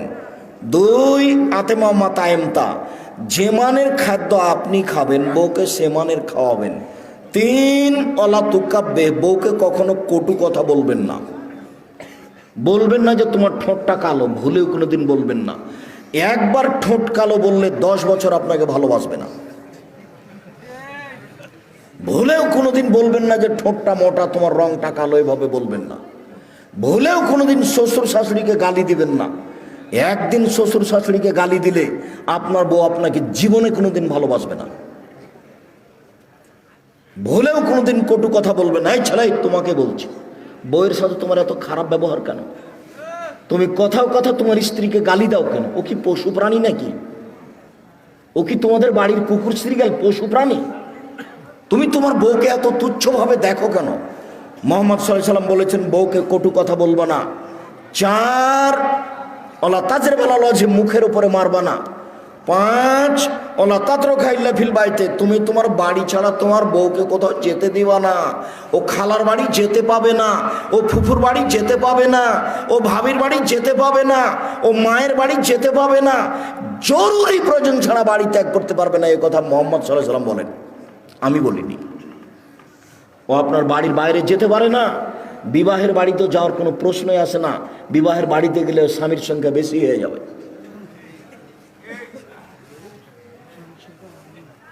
স্বামীর সংখ্যা বেশি হয়ে যাবে মানে অবৈধ কর্ম হয় একেবারেই সহজ। ভুলেও কোনোদিন বিবাহের বাড়ি স্ত্রীকে যেতে দিবেন না। আপনি যান, আপনার ছেলে যাক, আপনার বাপ যাক, মহিলা যদি যাওয়াই লাগে আপনার মা যাক, আপনার বউ যাবে না। বইয়ের উপর একটা কন্ট্রোল ক্ষমতা থাকতে হবে, কথা মুহাম্মদ সাল্লাল্লাহু আলাইহি ওয়াসাল্লাম বলেন। এই বাড়িতে আপনার পক্ষ থেকে কারফিউ জারি থাকবে, 5টা জিনিস জরুরি। মহান আল্লাহ বলেন, ফাসাল্লি লিরাব্বিক, পৃথিবীর মানুষ তোমরা তোমাদের প্রতিপালককে সন্তুষ্ট করার জন্য সালাত আদায় করো। মুহাম্মদ সাল্লাল্লাহু আলাইহি সাল্লাম, আপনি আপনার প্রতিপালককে সন্তুষ্ট করার জন্য সালাত আদায় করুন। মহান আল্লাহ বলেন, হাফিজু আলাস সালাওয়াতি ওয়াস সালাতিল উস্তা, পৃথিবীর মানুষ তোমরা 5 ওয়াক্ত সালাত আদায় করো, বিশেষভাবে আসরের সালাত আদায় করো। আসরের সালাত নির্ধারিত সময়ে আদায় করতে হবে, 5টাই করা যাবে না। দেরি করতে করতে করতে হুজুর একবারে সূর্য ডুবিয়ে দেয় মনে হচ্ছে, সেটাই হুজুরের কাছে পছন্দনীয়। এই ছেলে, প্রত্যেকটা বস্তুর ছায়া যখন তার সমপরিমাণ হবে তখন আসর। আমি বলিনি এই কথা, কে বলেছেন বলো তো? মুহাম্মদ সাল্লাল্লাহু আলাইহি সাল্লাম। আর তুমি যখন আসরের সালাত আদায় করছো তখন 10টা হয়ে গেছে গো। বুঝতে পারোনি কথা? আসরের সালাতের সময় কখন? প্রত্যেক বস্তু যখন তার ছায়াটা তার সমপরিমাণ হবে। কালকে লাঠি খাড়ো করা একটা, দিয়ে ছায়াটাতে দাগ দাও, দিয়ে এবার বোতলটা ফেলে দাও। যদি ছায়াটা তার সমান হয়ে থাকে, এখন আসরের টাইম হয়ে গেছে। এ কথা আমি বলিনি, কে বলেছেন? মুহাম্মদ সাল্লাল্লাহু আলাইহি সাল্লাম বলেছেন। পৃথিবীর কোন মানুষের কথাকে এই কথার সঙ্গে লাগাবো না। আমি আব্দুর রাজ্জাক বিন ইউসুফ 5 পয়সা দাম নেই। পৃথিবীর কোন মানুষের কথাকে এই কথার সঙ্গে লাগাবো না। উমর রাদিয়াল্লাহু তাআলা আনহুর কথাকে এই কথার সাথে লাগাবো না। মানুষ হিসাবে পৃথিবীর ব্যতিক্রম মানুষ উমর। যে রাস্তা দিয়ে হাঁটতেন সে রাস্তা দিয়ে শয়তান হাঁটতো না। অতএব নির্ধারিত সময়ে সালাত আদায় করার চেষ্টা করুন, এ কথা আল্লাহর আদেশ। যে কোনো মূল্যে সালাত আদায় করতে হবে। অজু করে সালাত আদায় করতে হয়, পানি নেই, তায়াম্মুম করে সালাত আদায় করতে হবে। মাটি নেই, বিনা অজুতে বিনা তায়াম্মুমে সালাত আদায় করতে হবে। দাঁড়িয়ে থেকে সালাত আদায় করতে হয়, দাঁড়িয়ে থাকা যায় না, বসে থেকে সালাত আদায় করতে হবে। বসে থাকা যায় না, শুয়ে থেকে সালাত আদায় করতে হবে। কেবলার দিকে মুখ করে সালাত আদায় করতে হয়, কেবলা বোঝা যায় না, এমনিতেই পড়তে হবে। শত্রু তাড়া দিয়েছে, দৌড়িয়ে চলে যাচ্ছি, ওই দিকে ওইভাবেই সালাত আদায় করতে হবে। এবাদতের জগতে ব্যতিক্রম এবাদত সালাত। সালাত এমন একটি এবাদত যার উপরে নির্ভর করে অন্যান্য এবাদত। সালাত আছে তো আর এবাদত আছে, সালাত নেই তো সব বাতিল। আব্দুর রাজ্জাক সাহেবের একাধিক দিনের বক্তব্যে আমরা জানি যে এবাদতের জগতে সবচেয়ে দামি এবাদত সিয়াম, রোজা। কেন? সালাত যতই দামি এবাদত হোক, এরপরে সালাতের নেকিটা আল্লাহ নিজে হাতে দিবেন না। বলেন তো দেখি, কোন এবাদতের নেকি নিজে হাতে দিবেন? সিয়াম। তাহলে বলতে গেলে এবাদতের জগতের সবচেয়ে দামি এবাদত হলো সিয়াম। সাপ্তাহিক রিপোর্ট আল্লাহর দরবারে কোন কোন দিনে পেশ করা হয়? বৃহস্পতিবার, সোমবার। এই জন্য আল্লাহর নবী চাইতেন যে আমার রিপোর্টের সময় দেখো তুমি যে আমি সিয়াম আছি, দেখো, এই নাও, দেখো। এই জন্য তিনি কোন কোন দিন ভালোবাসতেন? বৃহস্পতিবার আর সোমবার সিয়াম পালন করা। সবাইকে আমি অনুরোধ জানাচ্ছি এই 2 দিন সিয়াম পালন করার জন্য। আপনি মুরব্বী, আপনার কাছে আমার জরুরি অনুরোধ, আপনি বৃহস্পতিবার সোমবার সিয়াম পালন করবেন। আর বাৎসরিক রিপোর্ট কোন দিন পেশ করা হয়? না না না না, শাবান মাসে। তবে শাবান মাসের কোন দিন, সেই দিন মুহাম্মদ সাল্লাল্লাহু আলাইহি ওয়াসাল্লামের জানা ছিল না, যার কারণে তিনি শাবান মাসে বেশি বেশি সিয়াম পালন করতেন। বর্ণনাকারী বলছেন, আল্লাহর নবী আপনি শাবান মাসে এত বেশি রোজা থাকেন, সিয়াম থাকেন কেন? তখন আল্লাহ রাসূল বলছেন, দেখো শাবান মাসের বাৎসরিক রিপোর্ট পেশ করা হয়, কোন দিন আমার জানা নাই। কিভাবে কিভাবে ভারত, বাংলাদেশ, পাকিস্তানের আলেম ওলামা জেনে নিলেন সেদিন 15ই শাবান। তাই কলকারখানা, অফিস আদালত, কোর্ট কাছারি, শিক্ষা প্রতিষ্ঠান সব কিছু বন্ধ করে আতর গোলাপ মেখে রাতে গোসল করে দিনে সিয়াম থাকে। অবাক কথা, এত বড় সুযোগ হলো তো আল্লাহ নবী তাহলে একদিনই থাকতেন। একদিন না থেকে তিনি বেশি দিন থেকেছেন, একবারে 15 তারিখ পর্যন্ত, 20 তারিখ পর্যন্ত, 25 তারিখ পর্যন্ত, 27 তারিখ পর্যন্ত। খালি এই টেনশনে যে কোন দিন যে হলো, কোন দিন যে হলো বাৎসরিক রিপোর্টের দিন। তো সেটা কোন মাস? শাবান মাস। কোন দিন কেউ জানে না। কিভাবে কিভাবে আমরা জেনে নিয়েছি সেই দিন কোন দিন? 15ই শাবান। হাসাওয়া কাল্লা, কখনো নয়, ভুল হিসাব। বেশি বেশি সিয়াম পালন করে ধরতে হবে রিপোর্টের দিন। এবাদতের জগতে সবচেয়ে দামি এবাদত সিয়াম, এ কথা ঠিক। কিন্তু যদি নামাজ না থাকে তাহলে রোজাটাকে আল্লাহ এভাবে কেটে দিবেন, যা, এটা বাদ। এবাদতের জগতে শক্তিশালী, ক্ষমতাধর, পাওয়ারফুল এবাদত হলো দান। দানের চেয়ে এত ক্ষমতাধর শক্তিশালী এবাদত পৃথিবীতে নেই। দান করলেন এখানে মায়ের নামে, কবরের শাস্তি বন্ধ, ক্ষমতাই ভিন্ন। আল্লাহ নবী বলছেন যে পানি যেমন আগুনকে নিভাতে পারে, দান তেমন পাপকে মিটাতে পারে। দান করে পাপ মিটিয়ে দেন। আল্লাহ খুব রাগান্বিত, আপনাকে জাহান্নামে দিবেন। তো 10 টাকা দান করেছেন, 500 টাকা দান করেছেন, তখন আল্লাহ বলছেন আচ্ছা আচ্ছা ঠিক আছে, যাও, নরম হয়ে গেছে, যাও যাও, জান্নাতে যাও। দানের খুব ক্ষমতা, কিন্তু দানের যতই ক্ষমতা থাক যদি সে সলাৎ না থাকে তাহলে দানকে আল্লাহ কি করবেন? কেটে দেবেন। দানের আর কোনো ক্ষমতা নেই। আল্লাহর ভয়ে এক ফোঁটা চোখের পানি আল্লাহর কাছে সবচেয়ে প্রিয়। এক ফোঁটা চোখের পানি, এর চেয়ে কোনো পছন্দনীয় ইবাদত আল্লাহর কাছে নাই। এক ফোঁটা চোখের পানি। রাসূল সাল্লাল্লাহু আলাইহি ওয়াসাল্লাম বলছেন, লা ইয়ালিজার রাজুলু বাকা মিন খাসিয়াতিল্লাহ তা ইয়ালিজাল লাবানু ফি দারে। গাভীর বাঁট ওলান থেকে দুধ বের করে ভিতরে ঢোকানো যায় না যেমন, আল্লাহর ভয়ে কাঁদে যে সে জাহান্নামে যাবে না তেমন। গাভীর বাঁট ওলান বুঝেন কি? চাপ দিয়ে দুধ বের করে ভিতরে ঢোকানো যাবে? এই কাজটা যেমন অসম্ভব, আল্লাহর ভয়ে কাঁদে যে তার জাহান্নামে যাওয়া তেমনি অসম্ভব। এটা আমি বলিনি, এই কথা মুহাম্মদ সাল্লাল্লাহু আলাইহি সাল্লাম বলেন। এরপরেও কেঁদে আপনি অনেক নেকি করেছেন, কিন্তু সলাৎ নেই। এবার এটা আল্লাহ কি করবেন? এটা কেটে দিবেন, বাতিল। তাহলে ইবাদতের জগতে সবচেয়ে ব্যতিক্রম ভিন্ন ধরনের ইবাদত হলো সলাৎ, যার উপরে নির্ভর করে অন্যান্য ইবাদত। সলাৎ এমন একটি ইবাদত যার উপরে নির্ভর করে অন্যান্য ইবাদত। অতএব পরিষ্কার কাপড় পরে সলাৎ আদায় করতে হয়, পরিষ্কার নেই। যেই কাপড়ে পেশাব পায়খানা লেগে আছে ওই কাপড় পরেই সলাৎ আদায় করবেন। পরিষ্কার অপরিষ্কার কোনো কাপড়ই নেই, আপনি উলঙ্গ হয়ে আছেন, নামাজের টাইম হয়ে গেছে, আপনি এ অবস্থাতেই সলাৎ আদায় করবেন। যার কারণে আমি বহুদিনই বলেছি যে মুসলিম দেশে মার্কিন সৈন্য ঢোকে, কথার কথা ইরাকে আফগানিস্তানে মুসলিম মহিলাকে ধরে 5 জন 7 জন ধর্ষণ করার পরে পরনের কাপড় খুলে নিয়ে উলঙ্গ অবস্থায় তাদের সামনে হাঁটতে বাধ্য করে। এই সময়ে যদি সলাতের টাইম হয়ে যায় তাহলে মুসলিম মহিলাকে উলঙ্গ অবস্থায় মার্কিন সৈন্যের সামনে সলাত আদায় করতে হবে, করতেই হবে। পৃথিবীতে ব্যতিক্রম ইবাদত সলাত। যেই সলাত, যে ইবাদত মানুষের কোনো অসুবিধা বুঝে না, সমস্যা বুঝে না, অসুখ বিসুখ বুঝে না, কিছুই বুঝে না, একেবারে কিছুই বুঝে না। সময় হলে সলাত আদায় করতে আপনি বাধ্য। পৃথিবীতে ব্যতিক্রম ইবাদত সলাত।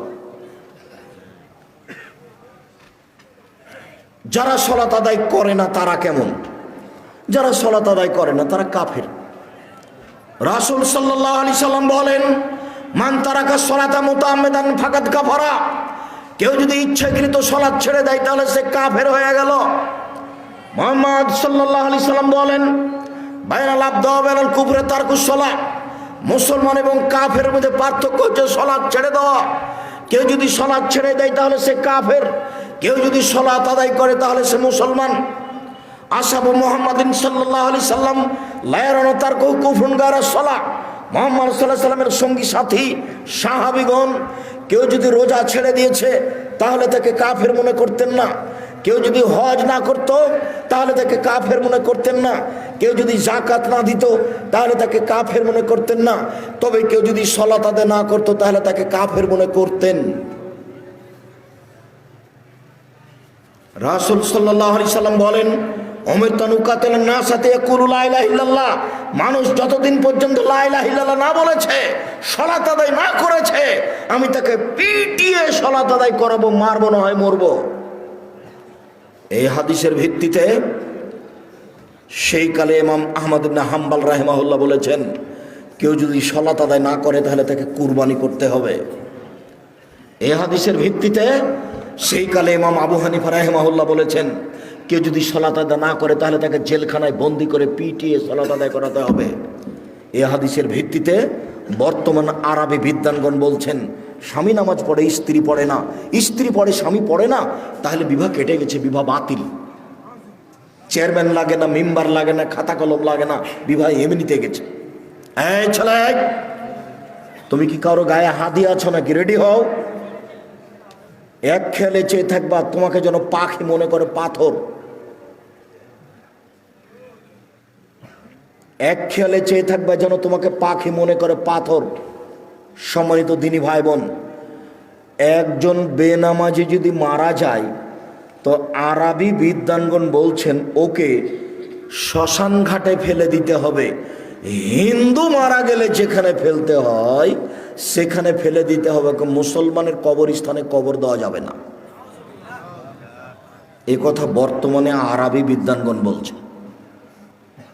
অতএব কেউ যদি সলাত আদায় না করে তাহলে তারা কাফের, আমরা বলছি তারা বড় পাপী। একটু কেউ যদি সলাত আদায় করে রাসূলের পদ্ধতিতে না করে তাহলে সে কেমন? কেউ যদি সলাত আদায় করে রাসূলের পদ্ধতিতে না করে তাহলে ফাওয়াইলুল মুসাল্লিন আল্লাযীনা আন সালাতিহিম সাহুন, যারা সলাত আদায়ের ব্যাপারে অমনোযোগী, ঠিক মতো সলাত আদায় করে না, তারা ওয়াইল নামক জাহান্নামে যাবে। রাসূল সাল্লাল্লাহু আলাইহি সাল্লাম বলেন, যারা ঠিক মতো নিয়ম মতো সলাত আদায় করে না তারা ফেরাউনের সাথে থাকবে। পৃথিবীতে সবচেয়ে বড় বদ মানুষ ফেরাউন। অনেকে আল্লাহ বলে দাবি করেছে, Charles Darwin, Hume, Hegel, Haeckel, Lenin, Karl Marx, Engels, Abraha, Abu Jahl, Abu Lahab, দাকেনুস, ডিকেটিস, সক্রেটিস, নমরুদ, ফেরাউন, সাদ্দাত, কারুন, অনেকে আল্লাহ বলে দাবি করেছে, তবে ফেরাউনের মতো নোংরা দাবি কেউ করেনি। মিশর জাদুঘরে ঢুকে বারবার বলছি, মোহাম্মদ, ফেরাউনের লাশ কোথায় সেখানে চলো। 150 পাউন্ড দিয়ে টিকিট করে ভিতরে ঢুকেছি ফেরাউনকে দেখার জন্য। দীর্ঘ সময় কাটার পরে ফেরাউন কোথায় আছে খুঁজে পাওয়া যায় না। জিজ্ঞাসা করো, জিজ্ঞাসাতে বোঝা গেল আরো 300 পাউন্ডের টিকিট করে ঢুকতে হবে, সেটা এইদিকে। তো টিকিট করার পরে ভিতরে গেলাম, দেখি 12 জন লাশ, প্রায় সবাই একই, 19-20 বোঝা যায় না। একটা লাশের পাশে লেখা আছে আল ফারার আসলি, এ হচ্ছে আসল ফেরাউন। যদিও আমি খুব একটা নিশ্চিত বিশ্বাসী নই, কেননা যেখানে ফেরাউন ডুবে গেছে বলে তারা সাইনবোর্ডে লিখে রেখেছে। আমি বক্তব্যে যখন বলেছি জায়গাটা না দেখার আগে, তখন আমার কাছে একটা অস্পষ্ট ছিল। আমি বলেছি কাল আসাব মুসা ইন্দাল্লাহ মুদরাকুন, মুসার সঙ্গী সাথী বললেন আমরা বন্দী, ফেরাউন আমাদেরকে ধরে নিয়েছে। কেন? ডানে ফেরাউন, বামে ফেরাউন, পিছনে ফেরাউন, সামনে সাগর। মুসা আলাইহিস সালাম দৌড়িয়ে পালাচ্ছিলেন, পালাতে পালাতে সামনে সাগর পড়েছে। তো এখন ডান দিকে বাম দিকে পিছন দিকে ফেরাউন আছে, সামনে সাগর, বাঁচার কোনো পথ নেই। তাই সাহাবীগণ বলছেন আমরা আটকা পড়েছি। তখন মুসা আলাইহিস সালাম বলছেন কাল্লা, কখনো নহে, অসম্ভব হতে পারে না, মুসা আমাকে ধরতে পারো না। বলো কি তুমি? ইন্না মায়া রাব্বি, আমার সাথে আমার প্রতিপালক রয়েছেন, সেদিনই আমাকে পথ দেখাবেন। তোমরা বলো কি ফেরাউন আমাকে ধরে নিবে? মানে কাল্লা, কখনো নহে, অসম্ভব, এটা হতে পারে না, ফেরাউন আমাকে ধরতে পারে না। কেন? ইন্না মায়া রাব্বি, আমার সাথে আমার প্রতিপালক রয়েছে, সেদিনই তিনি আমাকে পথ দেখাবেন। মুসা নিজেও জানেন না পথ কি হতে পারে, কোনো পথই নাই। পথ কি আছে? কোনো পথই নাই। সামনে কুলজুম সাগর, যার শুরু শেষ বোঝা যায় না। কিসের বলছেন যে অসম্ভব হতে পারে না আমাকে ফেরাউন ধরতে পারেন? এটা তার ইমান, এটা তার ইমান, তার ইমান বলছে ফেরাউন আমাকে ধরতে পারেন, এটা অসম্ভব। তা আমার একটু বুঝতে বাকি ছিল। আমি আয়াতের উপরে বলেছি, সেই জায়গাটা যদি ঠিক হয়, তো এখন দেখা যাচ্ছে যে কুলজুম সাগরের পাশ দিয়ে দৌড়াচ্ছেন আর পিছনে পিছনে ফেরাউন আসছে। এবার হঠাৎ করে সাগরের পাশে পাহাড় হলো এরকম মুখের উপরে, এই পাহাড়ের উপরে উঠা যাবে না। তাহলে এখন ডান দিকে আছে সাগর, মুখের উপরে আছে পাহাড়, বাম দিকে আছে ফেরাউন, পিছন দিকে আছে ফেরাউন, মানে চলে এসেছে। আবার এখানেই ফেরাউনকে পাওয়া গেছে, সেখানে তার সাইনবোর্ডে লেখা আছে আল্লাহ আলাম। লাশ দেখে তেমন বোঝা যায় না, তবে মাথার পিছনের দিকের চুলটা মনে হচ্ছে যে পেকে সাদা হয়েছে, এখনো চুল আছে। অন্যান্য লাশের তেমনটা বোঝা যায় না। আর হাতগুলি দেখে মনে হচ্ছে যে কুষ্ঠরোগ সাদা সাদা ভাব। অন্য হাতগুলি সব কালো হয়ে আছে, মমি দিয়ে কালো করা আছে। 12টা লাশ একসাথে আছে, 3টা মহিলা আর 9টা হলো পুরুষ। মিশর জাদুঘরে সম্মানিত দিনী ভাই বোন, সবচেয়ে বদ মানুষ ফেরাউন। পৃথিবীর ইতিহাসে ফেরাউন যত বড় বদ, এত বড় বদ পৃথিবীর ইতিহাসে কেউ নেই। ফেরাউনই বলেছিল আনা রাব্বুকুমুল আলা, আমি হচ্ছি তোমাদের সবচেয়ে বড় প্রতিপালক আল্লাহ। ফেরাউনই বলেছিল মা লাম তালকুম মিন ইলাহিন গায়রি, মূসা আমি ব্যতীত আর কোনো মাবুদ আছে কথা আমি জানি না। ফেরাউনই বলেছিল লাইন ইত্তাখাযতা ইলাহান গায়রি লাজালান্নাকা মিনাল মাসজুনিন, মূসা যদি আমাকে বাদ দিয়ে আরো কাউকে আল্লাহ বলে দাবি করো, আমি ফেরাউন তোমাকে জেলখানায় বন্দি করে দেব। ফেরাউনের ভাষা অনেক কঠিন। পৃথিবীর ইতিহাসে সবচেয়ে বদ মানুষ ফেরাউন। আল্লাহর নবী বলছেন যারা নামাজ পড়বে ঠিক মতো পড়বে না তারা ফেরাউনের সাথে থাকবে। কি করতে পারি আমি, কি আপনাকে আমি বলতে পারি? রাসূল সাল্লাল্লাহু আলাইহি ওয়াসাল্লাম বলছেন আলী, কতগুলি লোক বের হবে আলী, তারা বেশি বেশি সালাত আদায় করবে, বেশি বেশি সিয়াম পালন করবে, বেশি বেশি তাসবিহ তাহলিল জিকির আজার করবে। তোমাদের ইবাদত তাদের কাছে কিছুই নয়। আলী শোনো, ইন্নাহুম তাজুদুনা, তোমরা যদি তাদের পাও ফাকতুলহুম, তাদের কুরবানি করো। ওয়াইনাম লাযরাবান কাতালাহুম, যারা তাদের হত্যা করতে পারবে তারাই সবচেয়ে বেশি নাকি পাবে। ওরা সবচেয়ে বেশি বড় নামাজি, তারা বেশি বড় রোজাদার, তারা তাসবিহ গণনা করে বেশি, মেশিনে তাসবিহ গণনা করে, মেশিনে তাসবিহ। এই ছেলে, কিসে তাসবিহ গণনা করতে হবে? আঙ্গুলে। কেন? আঙ্গুল বিচারের মাঠে সাক্ষী দিবে, কথা বলবে। মুরব্বী আব্দুর রাজ্জাক, শোনো বাবা, আমি মুরব্বী মানুষ, আমার বয়স ৮০, আমি যদি আঙ্গুলে তাসবিহ গণনা করি খালি আমার ভুল হয়, তো আমি কি তাসবিহ দানায় তাসবিহ গণনা করতে পারি? না। মরা পর্যন্ত যদি একদিনও ঠিক না হয় তবু নেকি পাবেন। কেন? আঙ্গুলে তাসবিহ গণনা করা কার নির্দেশ? মুহাম্মদ সাল্লাল্লাহু আলাইহি সাল্লামের। আমি ঠিক করলাম কি ভুল করলাম আমি তার নিজে থেকে করিনি। তাসবিহ দানায় তাসবিহ গণনা করলে তাসবিহ কথা বলবে না, মেশিন কথা বলবে না। রাসূলকে অপমান করে জান্নাত কেনার চেষ্টা করিয়েন না। সম্মানিত দিনী ভাই বোন, আমি বলিনি যে আপনি, তবে আল্লাহ রাসূল বলেছেন এক শ্রেণীর নামাজিকে তোমরা হত্যা করো। হাদিস বুখারী মুসলিম। এই হাদিস বুখারীতে 18 বার এসেছে। এই হাদিস বুখারীতে কতবার এসেছে? 18 বার এসেছে। শুধু তাই বলেনি, তাদের বলেছেন তোমরা হত্যা করো, আদ সামুদের মতো হত্যা করার মতো করে, একেবারে মায়েরা একাকার করে দাও। আমি নামাজ পড়লাম তারপরে অবস্থা, তাহলে বোঝা যাচ্ছে যে নামাজ রাসূলের না হলে কবুল হবে না। তাহলে একটু দেখি কিভাবে। সাল্লু কামা রাআইতুমুনি উসাল্লি, পৃথিবীর মানুষ তোমরা সালাত আদায় করো যেভাবে আমাকে সালাত আদায় করতে দেখছো। তো এখন কি মুহাম্মদ সাল্লাল্লাহু আলাইহি ওয়াসাল্লাম বেঁচে আছেন? তো কিভাবে দেখবেন? হাদিস, ফাজাইল আমল, রিয়াজুস সলিহিন দেখেন, বুখারী দেখেন। বুখারী বললে তো মনটা খারাপ হবে, তো বুখারী থাকা আপাতত আজকের জন্য। আজকের জন্য কি দেখতে বলছি? রিয়াজুস সলিহিন, এটা হাদিসের কিতাব, সবই হাদিস, আর দু একটা করে আয়াত দেওয়া আছে, সবই হাদিস সহি। আপনি রিয়াজুস সলিহিনের সালাত দেখেন, 1 মিনিট আল্লাহু আকবার, আল্লাহু আকবার বলার পূর্বে কোনো কথা বলবেন না। নাওয়াইতু নুসাল্লি বললেই চলে গেছেন। মানে আমার একটি কথা জানা থাকলে অন্যকে বলো, বনি ইসরাইলের কাহিনী বলো। কেউ যদি কোনো কথা আমার নামে বলে, সেই কথা যদি আমার না হয় তাহলে তার থাকার জায়গা জাহান্নাম।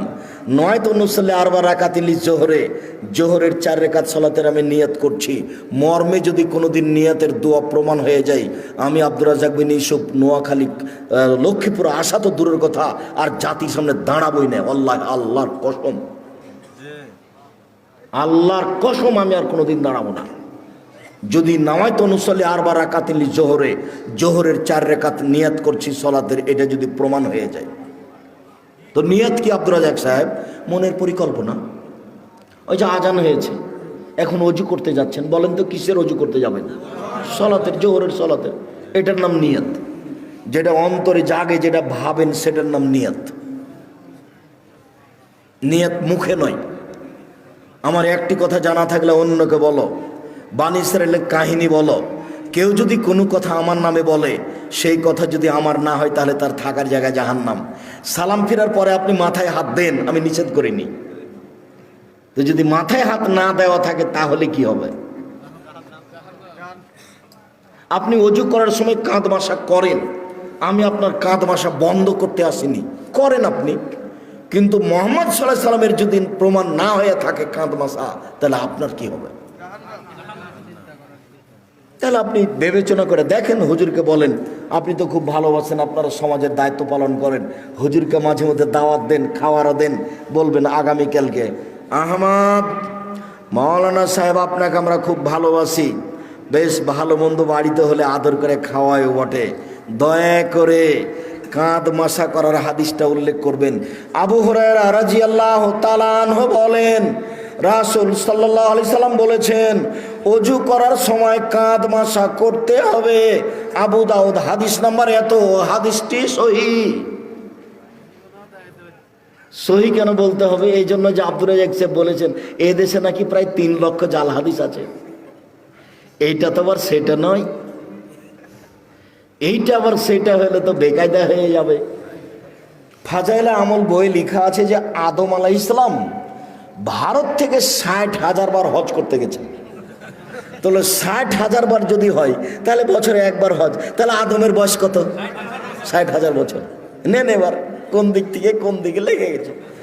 হুজুর একবারই বেখাপ্পা কথা বলেছেন, একইবারই যে মানায় না। আমার এক চাচাতো ভাই বরিশাল থেকে এক মুফাসসির গেছেন তাফসির করতে, তো তাফসির শুনে এসে আমাকে বলছে যে তোরা ওইসব তাফসির জানিস না। আচ্ছা কি তাফসির একটু বলেন, তোরা ওগুলো জানিসই না, কিছু তো বলবেন, সেটা কি তোরা জানিস না? তাই বলেন শুনি। তো বলছে শোনো, আদম আলাইহিস সালাম ঘুম থেকে উঠে দেখছেন পাশে একজন সুন্দরী মহিলা, তো হাত বাড়ালছেন, তখন ফেরেশতা বলছেন থামেন। তো আদম আলাইহিস সালাম বলছেন কেন? বলে মোহর দিতে হবে।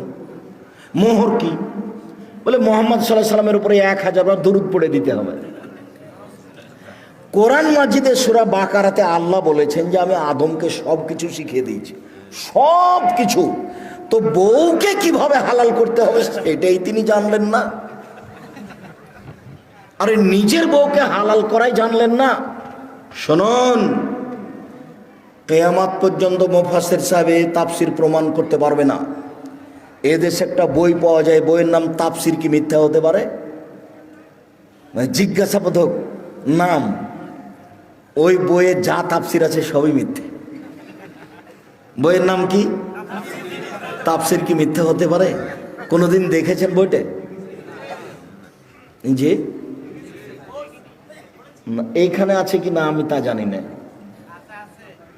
বাড়িতে থাকতে পারে। বইয়ে যা তাফসির আছে সবই মিথ্যে। আইয়ুব আলাইহিস সালামের শরীরে পোকা হয়নি, ওই কথা মিথ্যে। দাউদ আলাইহিস সালাম কারো স্ত্রীকে দেখে পাগল হননি। এত বড় নবী আর একজনের বউকে দেখে যদি পাগল হয়ে যায় তাহলে নবী নন। এটা কোনো কথা হলো নাকি? আইয়ুব আলাইহিস সালামের স্ত্রী, একজন নবী মানুষের স্ত্রী আরেকজনের সাথে জিনা করে ধরা পড়ে যাবে? এত বড় আল্লাহর কাজ ঠেকানোর প্রয়োজন হয়ে গেছে? শুনুন, আল্লাহু আকবার বলে সালাত আরম্ভ করবেন, সুন্দর করে ওযু করে নেন, পেশাব পায়খানার প্রয়োজন থাকলে সেরে আসেন, পানি দিয়ে পবিত্রতা অর্জন করবেন। পানি না থাকলে ঢেল টিস্যু পেপার, আগে ঢেল টিস্যু পেপার পরে পানি, এই কথা মিথ্যে।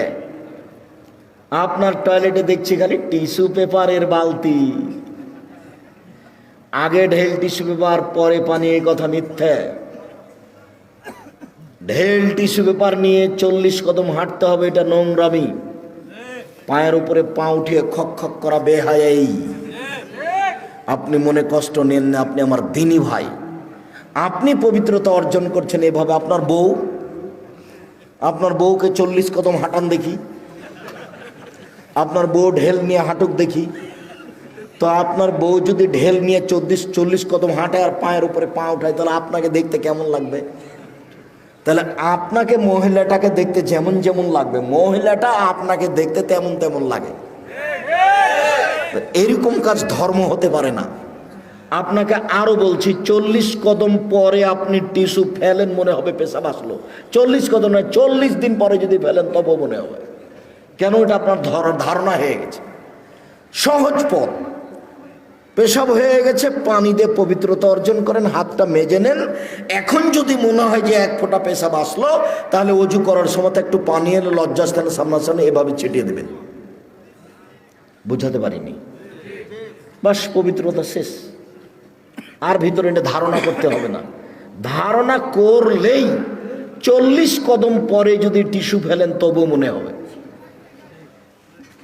ওই পথই যায় না, বিপদ। আল্লাহু আকবার।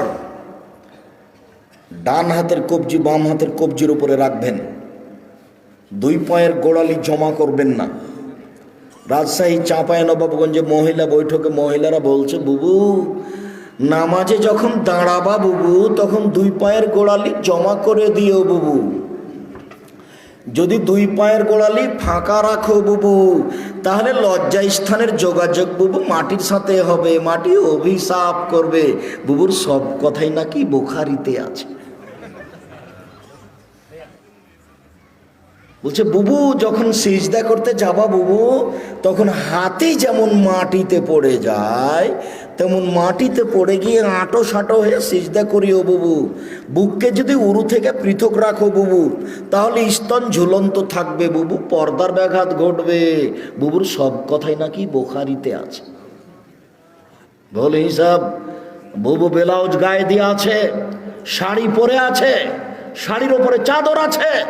বুবু ঘরে পড়ে সলাত, ঘরে বসে সলাত আদায় করছে, ঘরের মধ্যে সলাত আদায় করছে, পর্দার ব্যাঘাতের কোনো প্রশ্ন আসে না।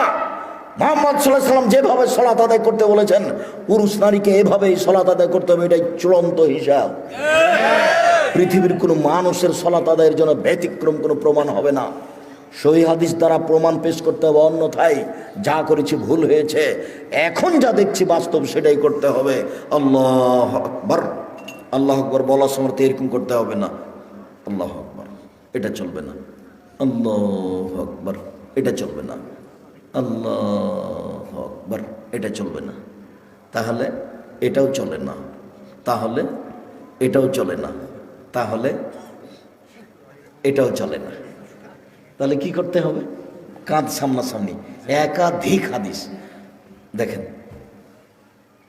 কাঁধ সামনাসামনি, আল্লাহু আকবার, কানের লতি সামনাসামনি, একটু উপরে, আল্লাহু আকবার, সামনাসামনি। হাদিসের শব্দ সামনাসামনি। আপনাকে আমি কি দিয়ে বুঝাই? কেন আপনি আঙ্গুলটা এখানে নিয়ে আসলেন? কেন আপনি এরকম করতে গেলেন? কেন আপনি এরকম করলেন কেন? আল্লাহু আকবার। ডান হাতের কবজি বাম হাতের কবজির উপরে রাখেন, সহিহ হাদিস। বাহুর ওপরে বাহু রাখেন, সহিহ হাদিস। বাহুর ওপরে বাহু রেখে যদি ছেড়ে দেন, তাহলে বুক থেকে একটু নিচে যাবে, পেটের ওপরে থাকবে। আর কবজির ওপরে কবজি রেখে বুকের ওপরে রাখেন, 5টা সহিহ হাদিস। কবজির ওপরে কবজি রেখে একেবারে ছেড়ে দেন নাভির নিচে, 3টে জাল ও জয়ীফ হাদিস। আপনাকে আমি মানার জন্য বাধ্য করিনি। তবে কেউ যদি বলে যে নিচেও বাঁধা যাবে, তো তাকে বলবেন যে জীবনে কোনোদিন উপরে কি বেঁধে দেখেছেন? কথা বুঝাতে পারিনি, বলেই দেখেন আপনি। আমি কোনোদিন মাযহাব নিয়ে আলোচনা করিনি। আমাকে যদি কেউ জিজ্ঞাসা করেছে মাযহাব মানা যাবে কি, তখন আমি বলেছি বিচারের মাঠে আল্লাহ যদি ইমাম আবু হানিফা রাহিমাহুল্লাহকে বলেন যে তুমি কি কাউকে বলেছিলে যে আমাকে মেনে চলো, তাহলে ইমাম আবু হানিফা যদি বলেন না না না না আমি কাউকে মানতে বলিনি, তাহলে আপনার কি হবে? আমি উত্তরে এইটা বলেছি। আমি মানা যাবে না যাবে এই কথা বলিনি। ওনাকে যদি আল্লাহ জিজ্ঞাসা করেন তো উনি কি বলবেন সেটা। আর আপনাকে আমি বলেছি যে 4টা মাযহাব মানতে হবে, এটা আপনি বলছেন, আর চিরদিনই একটা মানলেন, তো আর একটা আপনার এত বড় শত্রু হলো কেন? আর একটা মেনে দেখলেন না একদিন? তাহলে বোঝা যাচ্ছে যে সংকীর্ণতা ভিতরে বিরাজ করে, যার কারণে আমি দল করতে নিষেধ করি। কোনো দল, কোনো সংগঠন, কোনো কিছু করবেন না। এনারা যারা মঞ্চে বসে আছেন, তারা যদি কেউ আওয়ামী লীগ হয় তাহলে বিএনপিকে দেখতে পারেন না, যারা বিএনপি তারা আওয়ামী লীগকে দেখতে পারেন না। এটা হলো দলের প্রতিক্রিয়া। আমি বলেছি যে দুই বোন একসাথে জন্ম নিয়েছে, যমজ, খুবই সুন্দরী, খুবই ভদ্র, নম্র, দেখতেও সুন্দরী, ভালো পড়াশোনা করেছে। তো একজনের বিবাহ হয়েছে আওয়ামী লীগ লোকের সাথে, একজনের বিবাহ হয়েছে বিএনপির লোকের সাথে। তারা এখন কথা বলে না। এটা কি হলো? এটা হলো প্রতিক্রিয়া, এটা হলো প্রতিক্রিয়া, এটা হলো সংকীর্ণতা। যেহেনটা খালি রাখেন, শুধুমাত্র আল্লাহ এবং আল্লাহ রাসূলের কথা মানব, তখন সব সহজ। আমি আমার জীবনে কোনোদিন বলিনি যে আমি যেটা বলছি সেটা মানেন। আমি বলেছি আমি যেটা বলছি সেটা সত্য। তবে মানুষ এসে যদি আমার কোনো জায়গাতে ভুল দেখা যায়, তাহলে আমি ছেড়ে দিতে বাধ্য থাকবো। আমি তার ফেরেশতা নই। আল্লাহু আকবার, হাত বেঁধে সানা, সুবহানাকা আল্লাহুম্মা ওয়া বিহামদিকা ওয়া তাবারাকা ইসমুকা ওয়া তাআলা জাদ্দুকা লা ইলাহা গায়রুক বলতে পারেন। আল্লাহুম্মা বা'id বাইনি ওয়া বাইনা খাতায়ায়া কামা বা'adta বাইনাল মাশরিক ওয়াল মাগরিব, খুব গুরুত্বপূর্ণ দোয়া বলতে পারেন।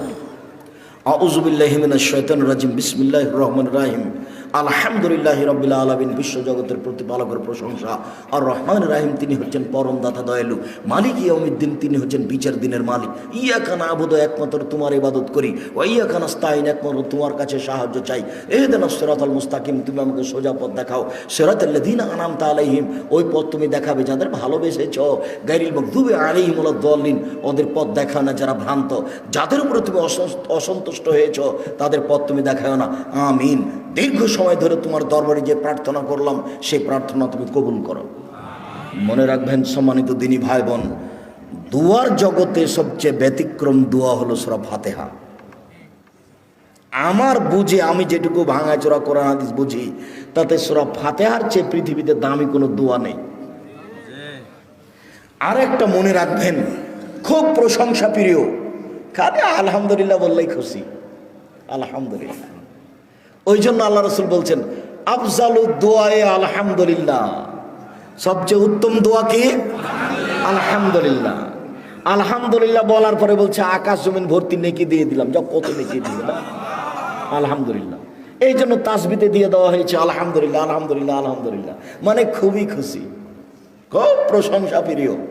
আপনি খালি আলহামদুলিল্লাহ বলেন, খুব খুশি। সুবহানাল্লাহি ওয়া বিহামদিহি বলেন, খুব খুশি। সুবহান রাব্বিল আযীম বলেন, একবারে খুশিতে আটখান। সুবহান রাব্বিল আলা বলেন, খুব খুশি, মানে আপনি তার খুব পবিত্রতা বর্ণনা করেছেন। প্রশংসা করে কিছু চাইলে দিয়ে দিবেন, নেও, কি দিবেন নেও, আমি খুশি হয়ে গেছি। প্রশংসা করে শুরু করেছেন, এক, সমস্ত প্রশংসা তোমার, আর রহমান রাহিম, পরম দাতা দয়ালু তুমি, মালিক ইয়াউমিদ্দিন, বিচার দিনের মালিক তুমি। ইয়াকা না'বুদু, একমাত্র তোমারই ইবাদত করি। ওয়া ইয়াকা নাস্তাইন, একমাত্র তোমার নিকটে সাহায্য চাই। ইহদিনাস সিরাতাল মুস্তাকিম, তুমি আমাকে সোজা পথ দেখাও। ওরা বলে আমাকে এই পথের, ওরা আমাকে এই পথে ডাকে, ওরা আমাকে এই পথে ডাকে, আমি কোন পথে যাই? তুমি আমার একটা কথা শোনো, তুমি আমাকে সোজা পথ দেখাও। যার কারণে এই সূরাটার শেষে আমিন আছে। বিসমিল্লাহ বলে আরেকটা সূরা, আল্লাহু আকবার বলে হাত ছেড়ে দিয়ে রুকুতে যাবেন। হাত দুটি রডের মতো সোজা থাকবে, আঙ্গুলগুলি খোলা খোলা থাকবে, মাথা উঁচুও থাকবে না, মাথা নিচুও থাকবে না, পিঠটা এরকম উঁচু থাকবে না, সোজা থাকবে। দোয়া পড়েন, সামি আল্লাহু লিমান হামিদা, হাত ওই পর্যন্ত উঠাবেন। দাঁড়িয়ে থাকবেন, যাবেন না সিজদায়, একবারে সোজা দাঁড়িয়ে থাকবেন। সব হাতের জোড়ের সব জোড়গুলিকে স্ব স্থানে যেতে হবে। রুকু থেকে উঠে যদি সিজদায় চলে যান, এ ইবাদত, এ নামাজ কবুল হবে না। দাঁড়িয়ে থেকে যান, দোয়া পড়তে থাকেন। দোয়া শেষ হয়ে গেলে সিজদায় চলেন। আমরা শেষের দিকে চলে এসেছি। সিজদায় চলেন, 7 হাড়ের উপরে সিজদা করতে হবে। নাক কপাল 1, 2 হাত 3, 2 হাঁটু 5, 2 পায়ের বৃদ্ধাঙ্গুল 7। সিজদায় হাত পা চুলকাবেন না। সিজদায় গিয়ে যদি গাও চুলকান তাহলে এখন মাটিতে আছে 6টা। বুঝতে পারলেন না? তাহলে আদে সমন্বয় হয়েছে, সলাৎ কবুল হবে না। সিজদায় গিয়ে যদি একটা পা উঠে আর একটা পা চুলকান তাহলে এখন মাটিতে কয়টা আছে? 6টা। অথচ সিজদার সময় মাটিতে কয়টা থাকবে? 7টা। নাক আগে না কপাল আগে এই কথা নয়, দুটাই মাটিতে লেগে থাকবে এটা কথা। নাক কপাল 1, 2 হাত 3, 2 হাঁটু 5, 2 পায়ের বৃদ্ধাঙ্গুল 7। হাত দুটির আঙ্গুল জমা করে কানের পাশে রাখবেন, কোনোইকে এভাবে উঠে রাখবেন, পেটের নিচ দিয়ে যেন ছাগলের বাচ্চা পার হতে পারে। সহিহ হাদিস। নারী পুরুষ সবারই একই হুকুম, কোনো পার্থক্য নেই। সিজদা থেকে উঠে দোয়া পড়েন, আবার সিজদায় যান, উঠে আসেন, এ হলে 1 রেকাত, আরও 1 রেকাত, এ হলো 2 রেকাত। আত্তাহিয়াতের বৈঠক হলে পায়ের পাতার উপরে বসবেন। আর যদি সালামের বৈঠক হয় তাহলে বাম পাকে ডান দিকে বের করে দিবেন, নিতম্বের উপরে বসবেন, ডান পাটা খাড়ো হয়ে থাকবে, বাম হাতের আঙ্গুল জমা করে হাঁটুর উপরে রাখবেন, ডান হাতের আঙ্গুলের কনিষ্ঠ আঙ্গুল এবং তার পরেরটা জমা করবেন। করেন তো দেখি। বৃদ্ধাঙ্গুলের পরের আঙ্গুলের নখের উপরে পেটটা রাখেন, অবিরাম নড়বে আত্তাহিয়াত হয়ে গেলে সালাম পর্যন্ত। একবার উঠানোর পৃথিবীতে ভুয়া হাদিসও নেই, এটা এমনিতেই চলছে। অবিরাম নড়বে, যতবার নড়বে ততবার শয়তানকে আঘাত করা। আত্তাহিয়াত, দরুদ, দোয়ায়ে মাসুরা। তারপরে আমার একটা পরামর্শ, সেটা কি বলেন তো? রব্বির হামহুমা কামা রাব্বায়ানি সাগীরা।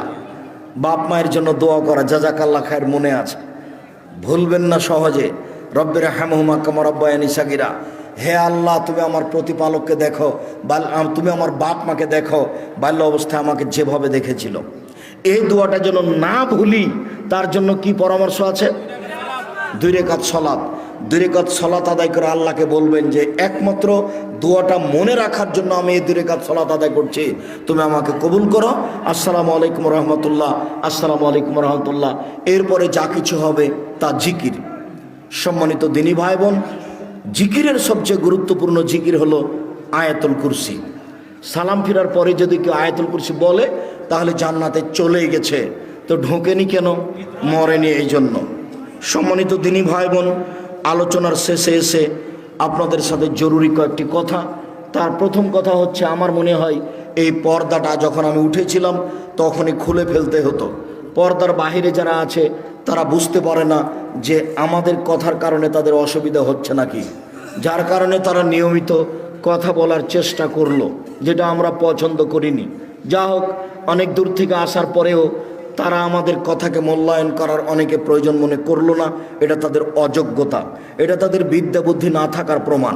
কেননা আমরা খুব জোরালোভাবে পেশ করেছি, আমরা জাতির সামনে একটা বাক্য অগ্রহণীয় বলি না। কাজেই কেউ বুদ্ধিমান তারপরে আমাদের কথা শুনবে না, উপেক্ষা করে গল্প করবে, এমনটা হতে পারে না। কেউ কোনোদিন এরকম জায়গাতে টিকতে পারেনি, আজও টিকার কোনো পথ নেই। দ্বিতীয় জরুরি কথা আপনাদের সাথে এই, জামিয়া সালাফিয়া ডাঙ্গিপাড়া পবা রাজশাহী, জামিয়া সালাফিয়া রূপগঞ্জ নারায়ণগঞ্জ ঢাকা, জামিয়া সালাফিয়া 6 মাইল বাবুগঞ্জ বরিশাল, জামিয়া সালাফিয়া তেঘরা বিরল দিনাজপুর, জামিয়া সালাফিয়া সিলেট, জানি না চট্টগ্রামে কখন হবে, তবে নোয়াখালীতে পরিকল্পনা চলছে।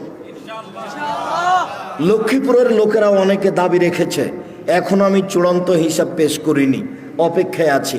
ভাবছিলাম নোয়াখালী মেন নোয়াখালীতে হোক, তাহলে সব জেলার জন্য সহজ হবে। শেষ পর্যন্ত যদি নাই হয় তাহলে লক্ষ্মীপুরে হিসাব থাকতে পারে। মর্মে সকল দিনী ভাই বোনকে আমি জামিয়া সালাফিয়ার জন্য আন্তরিকভাবে দোয়া করার জন্য অনুরোধ জানাচ্ছি। আমার মনে বড় স্বাদ, এদেশের মাটিতে আমি উন্নত মানের প্রতিষ্ঠান গড়ে উন্নত মানের বাংলা, ইংরেজি, আরবি শিক্ষাদানের মাধ্যমে অন্যায়ের বিরুদ্ধে লড়ব মুখে কলমে মিডিয়ায়। ইনশাআল্লাহ আমি লড়বো ইনশাআল্লাহ। সম্মানিত দিনী ভাই বোন, মর্মে আপনাদের সামনে জামিয়া সালাফের পক্ষ থেকে মুখে যেমন বলি তেমন একটা কলম পেশ করতে চাই আপনাদের সামনে। সেটা হলো মাসিক আল ইতিসাম পত্রিকা। তাতে আছে 10 জন মুফতি, তাতে আছে 10 জন গবেষক, তাতে আছে 14 জন কর্মচারী। ব্যয়বহুল খরচের পত্রিকা মাসিক আল ইতিসাম পত্রিকা। 50টা প্রশ্নের উত্তর থাকে। সব দিনই ভাই বোনকে আজকে শুধু নয়, নিয়মিত একটা করে পত্রিকা সংগ্রহ করার জন্য অনুরোধ জানাচ্ছি। আর আবদুল্লাহর বই লেখা রিজিক, ব্যতিক্রম বই রিজিক, সম্ভবত দাম ৭৭ টাকা। আপনার রুজিতে বরকত হয় না কেন, বা রুজি বেশি হবে কি করে? হাদিস ভিত্তিক অনেক দলিল পেশ করেছে আবদুল্লাহ। বইয়ের নাম রিজিক। আবদুল্লাহর বইটা যদি থাকে মিন্নাতুল বারি আছে কিনা আমি জানি না। বাংলার ব্যতিক্রম ব্যাখ্যা মিন্নাতুল বারি। আরবি ভাষাতে এমানের ব্যাখ্যা বের হয়েছে তা আমার জানা নাই। এই হিসাবে ব্যতিক্রম বুখারীর ব্যাখ্যা মিন্নাতুল বারি। আমি খাকসার, আমার তেমন কিছু নেই আজকে, তবু তাওজিহুল কোরআন তাফসির, ব্যতিক্রম পদ্ধতিতে তাফসির লেখা আছে তাওজিহুল কোরআন। তাওজিহুল কোরআন আর দোয়ার বই, প্রায় 40টি সহিহ হাদিস আছে হাত তুলে দোয়া করার। কিছু জয়ীফ হাদিস আছে, 16টি স্থান আছে কোথায় কোথায় হাত তুলে দোয়া করতে হবে। আপনারা বইগুলি সংগ্রহ করতে থাকেন। আর কয়েকটা জিজ্ঞাসা আমি দিই, জিজ্ঞাসা শেষ হবে, আপনাদের আলোচনা শেষ হবে। সকল দিনই ভাই বোনকে বইগুলি সংগ্রহ করার অনুরোধ জানিয়ে, প্রশ্নের উত্তরগুলি সাধারণভাবে শোনার অনুরোধ জানিয়ে আপাতত শেষের দিকে আসছি। ঋণের বিষয়ে রাসূল সাল্লাল্লাহু আলাইহি ওয়াসাল্লাম কি বলেছেন? রাসূল সাল্লাল্লাহু আলাইহি ওয়াসাল্লাম বলেছেন, ঋণের পাপ পরিশোধ না করলে ক্ষমা হবে না। মানুষ যদি শহীদ হয়ে যায় তবুও ঋণের পাপ ক্ষমা হবে না।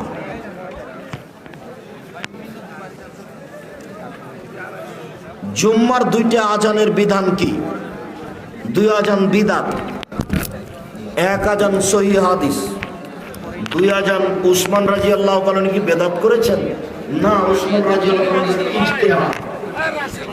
যদি ইজতিহাদ প্রয়োজন হয় তাহলে মানতে হবে, প্রয়োজন না হলে এই ইজতিহাদ সেকালে আব্দুল ইবনে উমর নাকচ করেছে। জাকির নায়েক সম্পর্কে কিছু বলুন। জাকির নায়েক বড় পণ্ডিত মানুষ, সঠিক আকীদার মানুষ।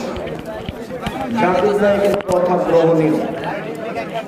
দেখেন দলিল সহ হলে অবশ্যই গ্রহণ করবেন। মৃত ব্যক্তির জন্য কোনখানি কোরআন খতম 43 কি যায় জিনা কাবিরা গুনাহ। মৃত ব্যক্তির জন্য কোরআন খতম করা যাবে না। মুখে দোয়া করতে হবে, অর্থের দান করতে হবে। রাসূলুল্লাহ সাল্লাল্লাহু আলাইহি সাল্লামকে রূহানি পিতা বলা যাবে কি জিনা? এগুলো হচ্ছে ধর্মের নামে বিকৃত কথা। মুহাম্মদ সাল্লাল্লাহু আলাইহি সাল্লাম কোনো রূহানি নগদ বাকি কোনো পিতা নয়। মুহাম্মদ সাল্লাল্লাহু আলাইহি সাল্লাম হচ্ছেন জনগণের রাসূল, নবী।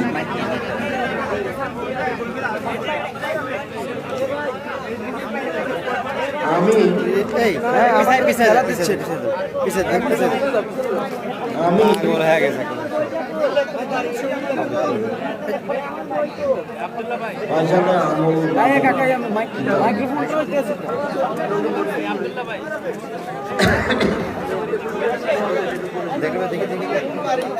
সাহেব, আমার প্রশ্নটা একটু ঝামেলা।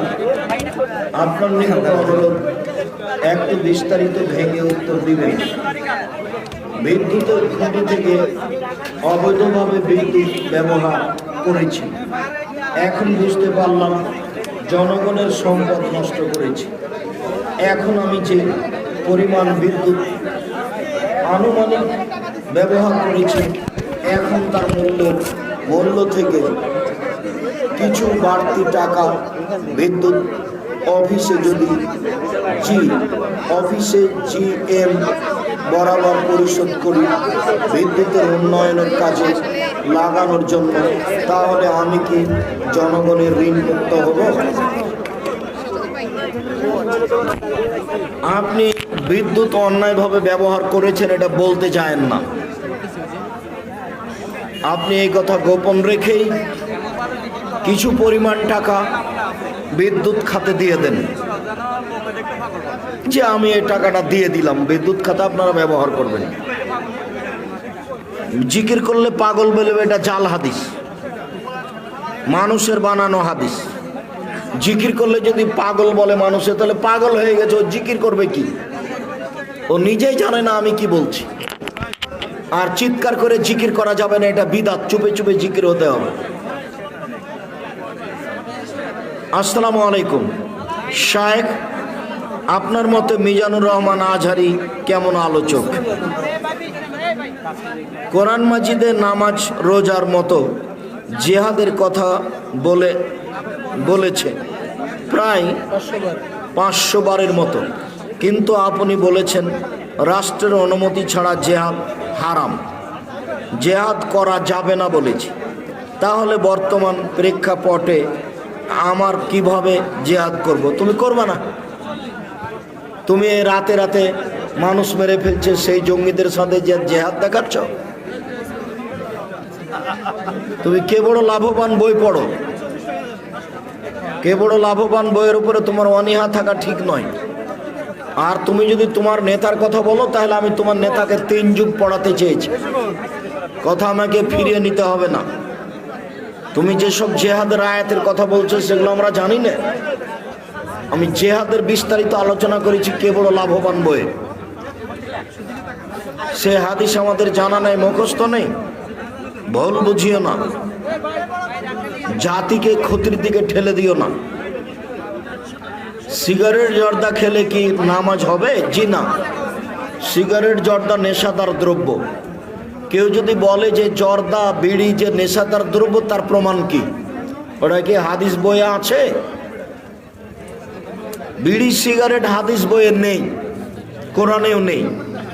তা আল্লাহ নবী বলেছেন একটা বাক্য, যেটা সৌদি আরব, কুয়েত, কাতার, বাংলাদেশ, জর্ডান, আমেরিকা, লন্ডন, পৃথিবীর সব জায়গায় চলবে। সেটা কি? আল্লাহ রাসূল বলেছেন মাস কারা কাথির হুফাকালিল হারাম, যে জিনিস বেশি খেলে বিবেকের ক্ষতি হবে তার কমও হারাম। তো আপনি যে লোকটা বিড়ি খায় তাকে এখন হাফ কেজি জর্দা খাওয়াইয়া দেন, না হয় 1 কেজি খাওয়ান। 1 কেজি জর্দা খাওয়ানোর পরে যদি তার বিবেকের ক্ষতি হয়, তাহলে জর্দার একটা কণাও হারাম। এমন এক বাক্য আল্লাহ নবী বলেছেন যেটা সারা পৃথিবীতে চলবে। অতএব বিড়ি, তামাক, জর্দা, সিগারেট গুল নেশাদার দ্রব্য, তার ব্যবসা হারাম, তা খাওয়া হারাম, তা খেলে ইবাদত কবুল হবে না, এটা চূড়ান্ত। আমি আব্দুর রাজ্জাক বিন ইউসুফ, এই বিষয়ে আমাকে পুনরায় ভাবতে হবে না। নামাজের পরে সম্মিলিত মোনাজাতের কেন বিধান আছে কি? নামাজের পরে সম্মিলিত মোনাজাত বিদআত। হাত তুলে দোয়া করার প্রমাণে প্রায় 42টি সহিহ হাদিস আছে। হাত তুলে দোয়া করার প্রমাণে 36টি হাদিস বুখারী মুসলিমে আছে। আবু দাউদে একটা হাদিস আছে, হাত তুলে দোয়া করলে আল্লাহ খালি হাত ফিরিয়ে দিতে লজ্জা পান। ইবাদতের মধ্যে একটা গুরুত্বপূর্ণ ইবাদত হাত তুলে দোয়া করা। হাত তুলে দোয়া করা ব্যক্তিগত ব্যাপার, এখন করেন, যখন ইচ্ছে তখন করেন। সবাই মিলে করলে পানি চাইতে গিয়ে করতে হবে ইস্তিসকা উল্টা হাতে, সেটা হলো সবাই মিলে, তাছাড়া একাই। ইসলামী বক্তাদের কেমন হওয়া উচিত? কোরআন হাদিস মুখস্থ করে বক্তব্য দিতে হবে। দাড়িতে কোনোদিন হাত লাগাতে পাবে না। বাড়িতে 100 পর্দা থাকবে। যেভাবে বলছে সেভাবে মেনে চলার চেষ্টা করবে। বলছে একরকম, করছে আর একরকম, এটা হবে না। জাতিকে ফাঁকি দিয়ে চলছে। সাতক্ষীরাতে গেলাম, এক বাড়িতে দাওয়াত নিতে গেছি। কিছুক্ষণ পরে একটা ছেলে আসলো ল্যাংটা হয়ে, বলছে এটা আমার ছেলে ল্যাংটা পীর। কিছুক্ষণ পরে একজন মহিলা আসলো বাড়ির ভিতরে, বলছে এটা আমার স্ত্রী, এটা আপনার ভাবি। তো বলছে তাহলে আপনি বক্তব্য দেন কিভাবে? সাতক্ষীরার রাজশাহীতে গিয়ে পর্দার বক্তব্য, এটা কিভাবে হয়? এই ছেলে, সরো এখান থেকে। তোমরা কথা বলতে যাচ্ছ কেন? মুখ বন্ধ করো।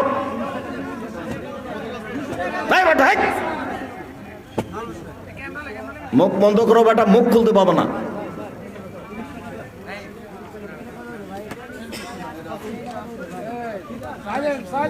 এখনোই যাত্রায় হয় নাই, বাকি কিভাবে দিব? এখনোই মানে কি দোকান খুলছে, এখনো বেচা বিক্রি হয়নি। এখন একজন আছে বাকি দিন। এখন ও আচ্ছা আচ্ছা, সকালে বাকি দেওয়া যাবে না, রাতে বাকি দেওয়া যাবে না, এগুলো সেরেকি কথা। বললেই সেরেক হবে, দিয়ে দেন বরকত হবে। দিনকে বিভক্ত করে এমন বক্তব্য দেওয়ার ব্যাপারে বলুন। বক্তব্য দিয়ে যদি দিনের বিভক্তি হয় তাহলে সে বক্তব্য দেওয়া যাবে না। আর কেউ যদি হক কথা শোনার পরে বলে মানা যাবে না, এটা তো আর কিছু করার নেই। তখন যদি বিভক্তি বলে তাহলে সেটা তার ভুল। ইল্লাল্লাহ জিকির কি জায়েজ? তাই কি আর হয়? ইল্লাল্লাহ একমাত্র আল্লাহ, একমাত্র আল্লাহ, একমাত্র আল্লাহ, এটা কি হলো? আল্লাহ আল্লাহ, এটা কি হলো? কিছুই হলো না। লা ইলাহা, লা ইলাহা মানে কোনো আল্লাহ নাই, কোনো আল্লাহ নাই, এগুলো চলবে না। লা ইলাহা ইল্লাল্লাহ পূর্ণ হতে হবে জিকির। তবু চুপে। আপনারা জামিয়া সালাফের মুখপাত্র মাসিক আল ইতিসাম পত্রিকার সাথে যোগাযোগ রাখবেন সবাই। 20 টাকা 25 টাকা বড় কথা নয়। হক পাওয়ার লক্ষ্যে পত্রিকা ব্যবহার করুন। আশাবাদী যে আপনারা সঠিক পথ পাবেন ইনশাআল্লাহ। অন্যান্য যেগুলো বই আছে সবই নিয়ে যাওয়ার চেষ্টা করবেন। বিশেষ করে আব্দুল্লাহর বইটা আছে কিনা দেখেন, রিজিক। সবাই রুজি রোজগারের চিন্তা করে। দোয়ার বইটা দেখবেন। অন্যান্য বইগুলি আছে কিনা দেখেন। কে বড় ক্ষতিগ্রস্ত বইটা আছে কিনা, এক লাইন পড়লেই আপনার কি ক্ষতি ওটা ধরা পড়বে। তার নাম হলো কে বড় ক্ষতিগ্রস্ত। নামাজের নিয়ত মুখে পড়ার কি যায়? জি না, নামাজের নিয়ত মুখে পড়লে বিদাত হবে, গুনাহ হবে। মনের পরিকল্পনার নাম নিয়ত। মাযহাবের বিষয়ে একজন মুমিন কি ভূমিকা পালন করবে? বাস মাযহাবের কথাটা মুখে বলবে না, খালি বলবে আমি কোরআন এবং সহিহ হাদিস মেনে চলতে চাই। সেটা হানাফি হোক আর সাফি হোক আর মালিকি হোক আর হাম্বলি হোক আর আহলে হাদিস হোক। আহলে হাদিস পরিচয় দিয়ে মাযহাবি পরিচয় দিয়ে সমাজে গন্ডগোল করার প্রয়োজন নেই। খালি বলতে শিখেন কোরআন এবং সহিহ হাদিস, পথ সহজ হবে।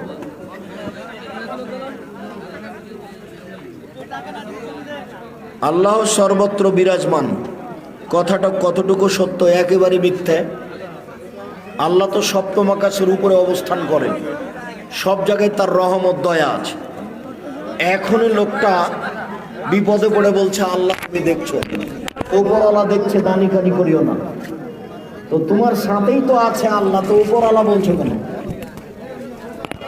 তুমি যে বলছো যে আল্লাহ সব জায়গায় আছে, তো তুমি এখন কেন বলছো যে দেখো কি করছো তুমি? ওপরওয়ালা কিন্তু দেখছে। ওপরওয়ালা দেখছে মানে আল্লাহ উপরেই থাকেন, এই কথায় ঠিক তার মতো থাকেন। তার দয়া রহমত মানুষের সাথে থাকে। আল্লাহ সর্বত্র বিরাজমান কথাটি নেহায়াত অন্যায়, বড় গুনাহের কথা। প্রস্রাবের সময় খক খক আওয়াজ করা, ঢিলা নিয়ে 40 কদম হাঁটা কি ঠিক? জি না। ভিতরের সালাত কিভাবে পড়ব? 1 রাকাত পড়বেন।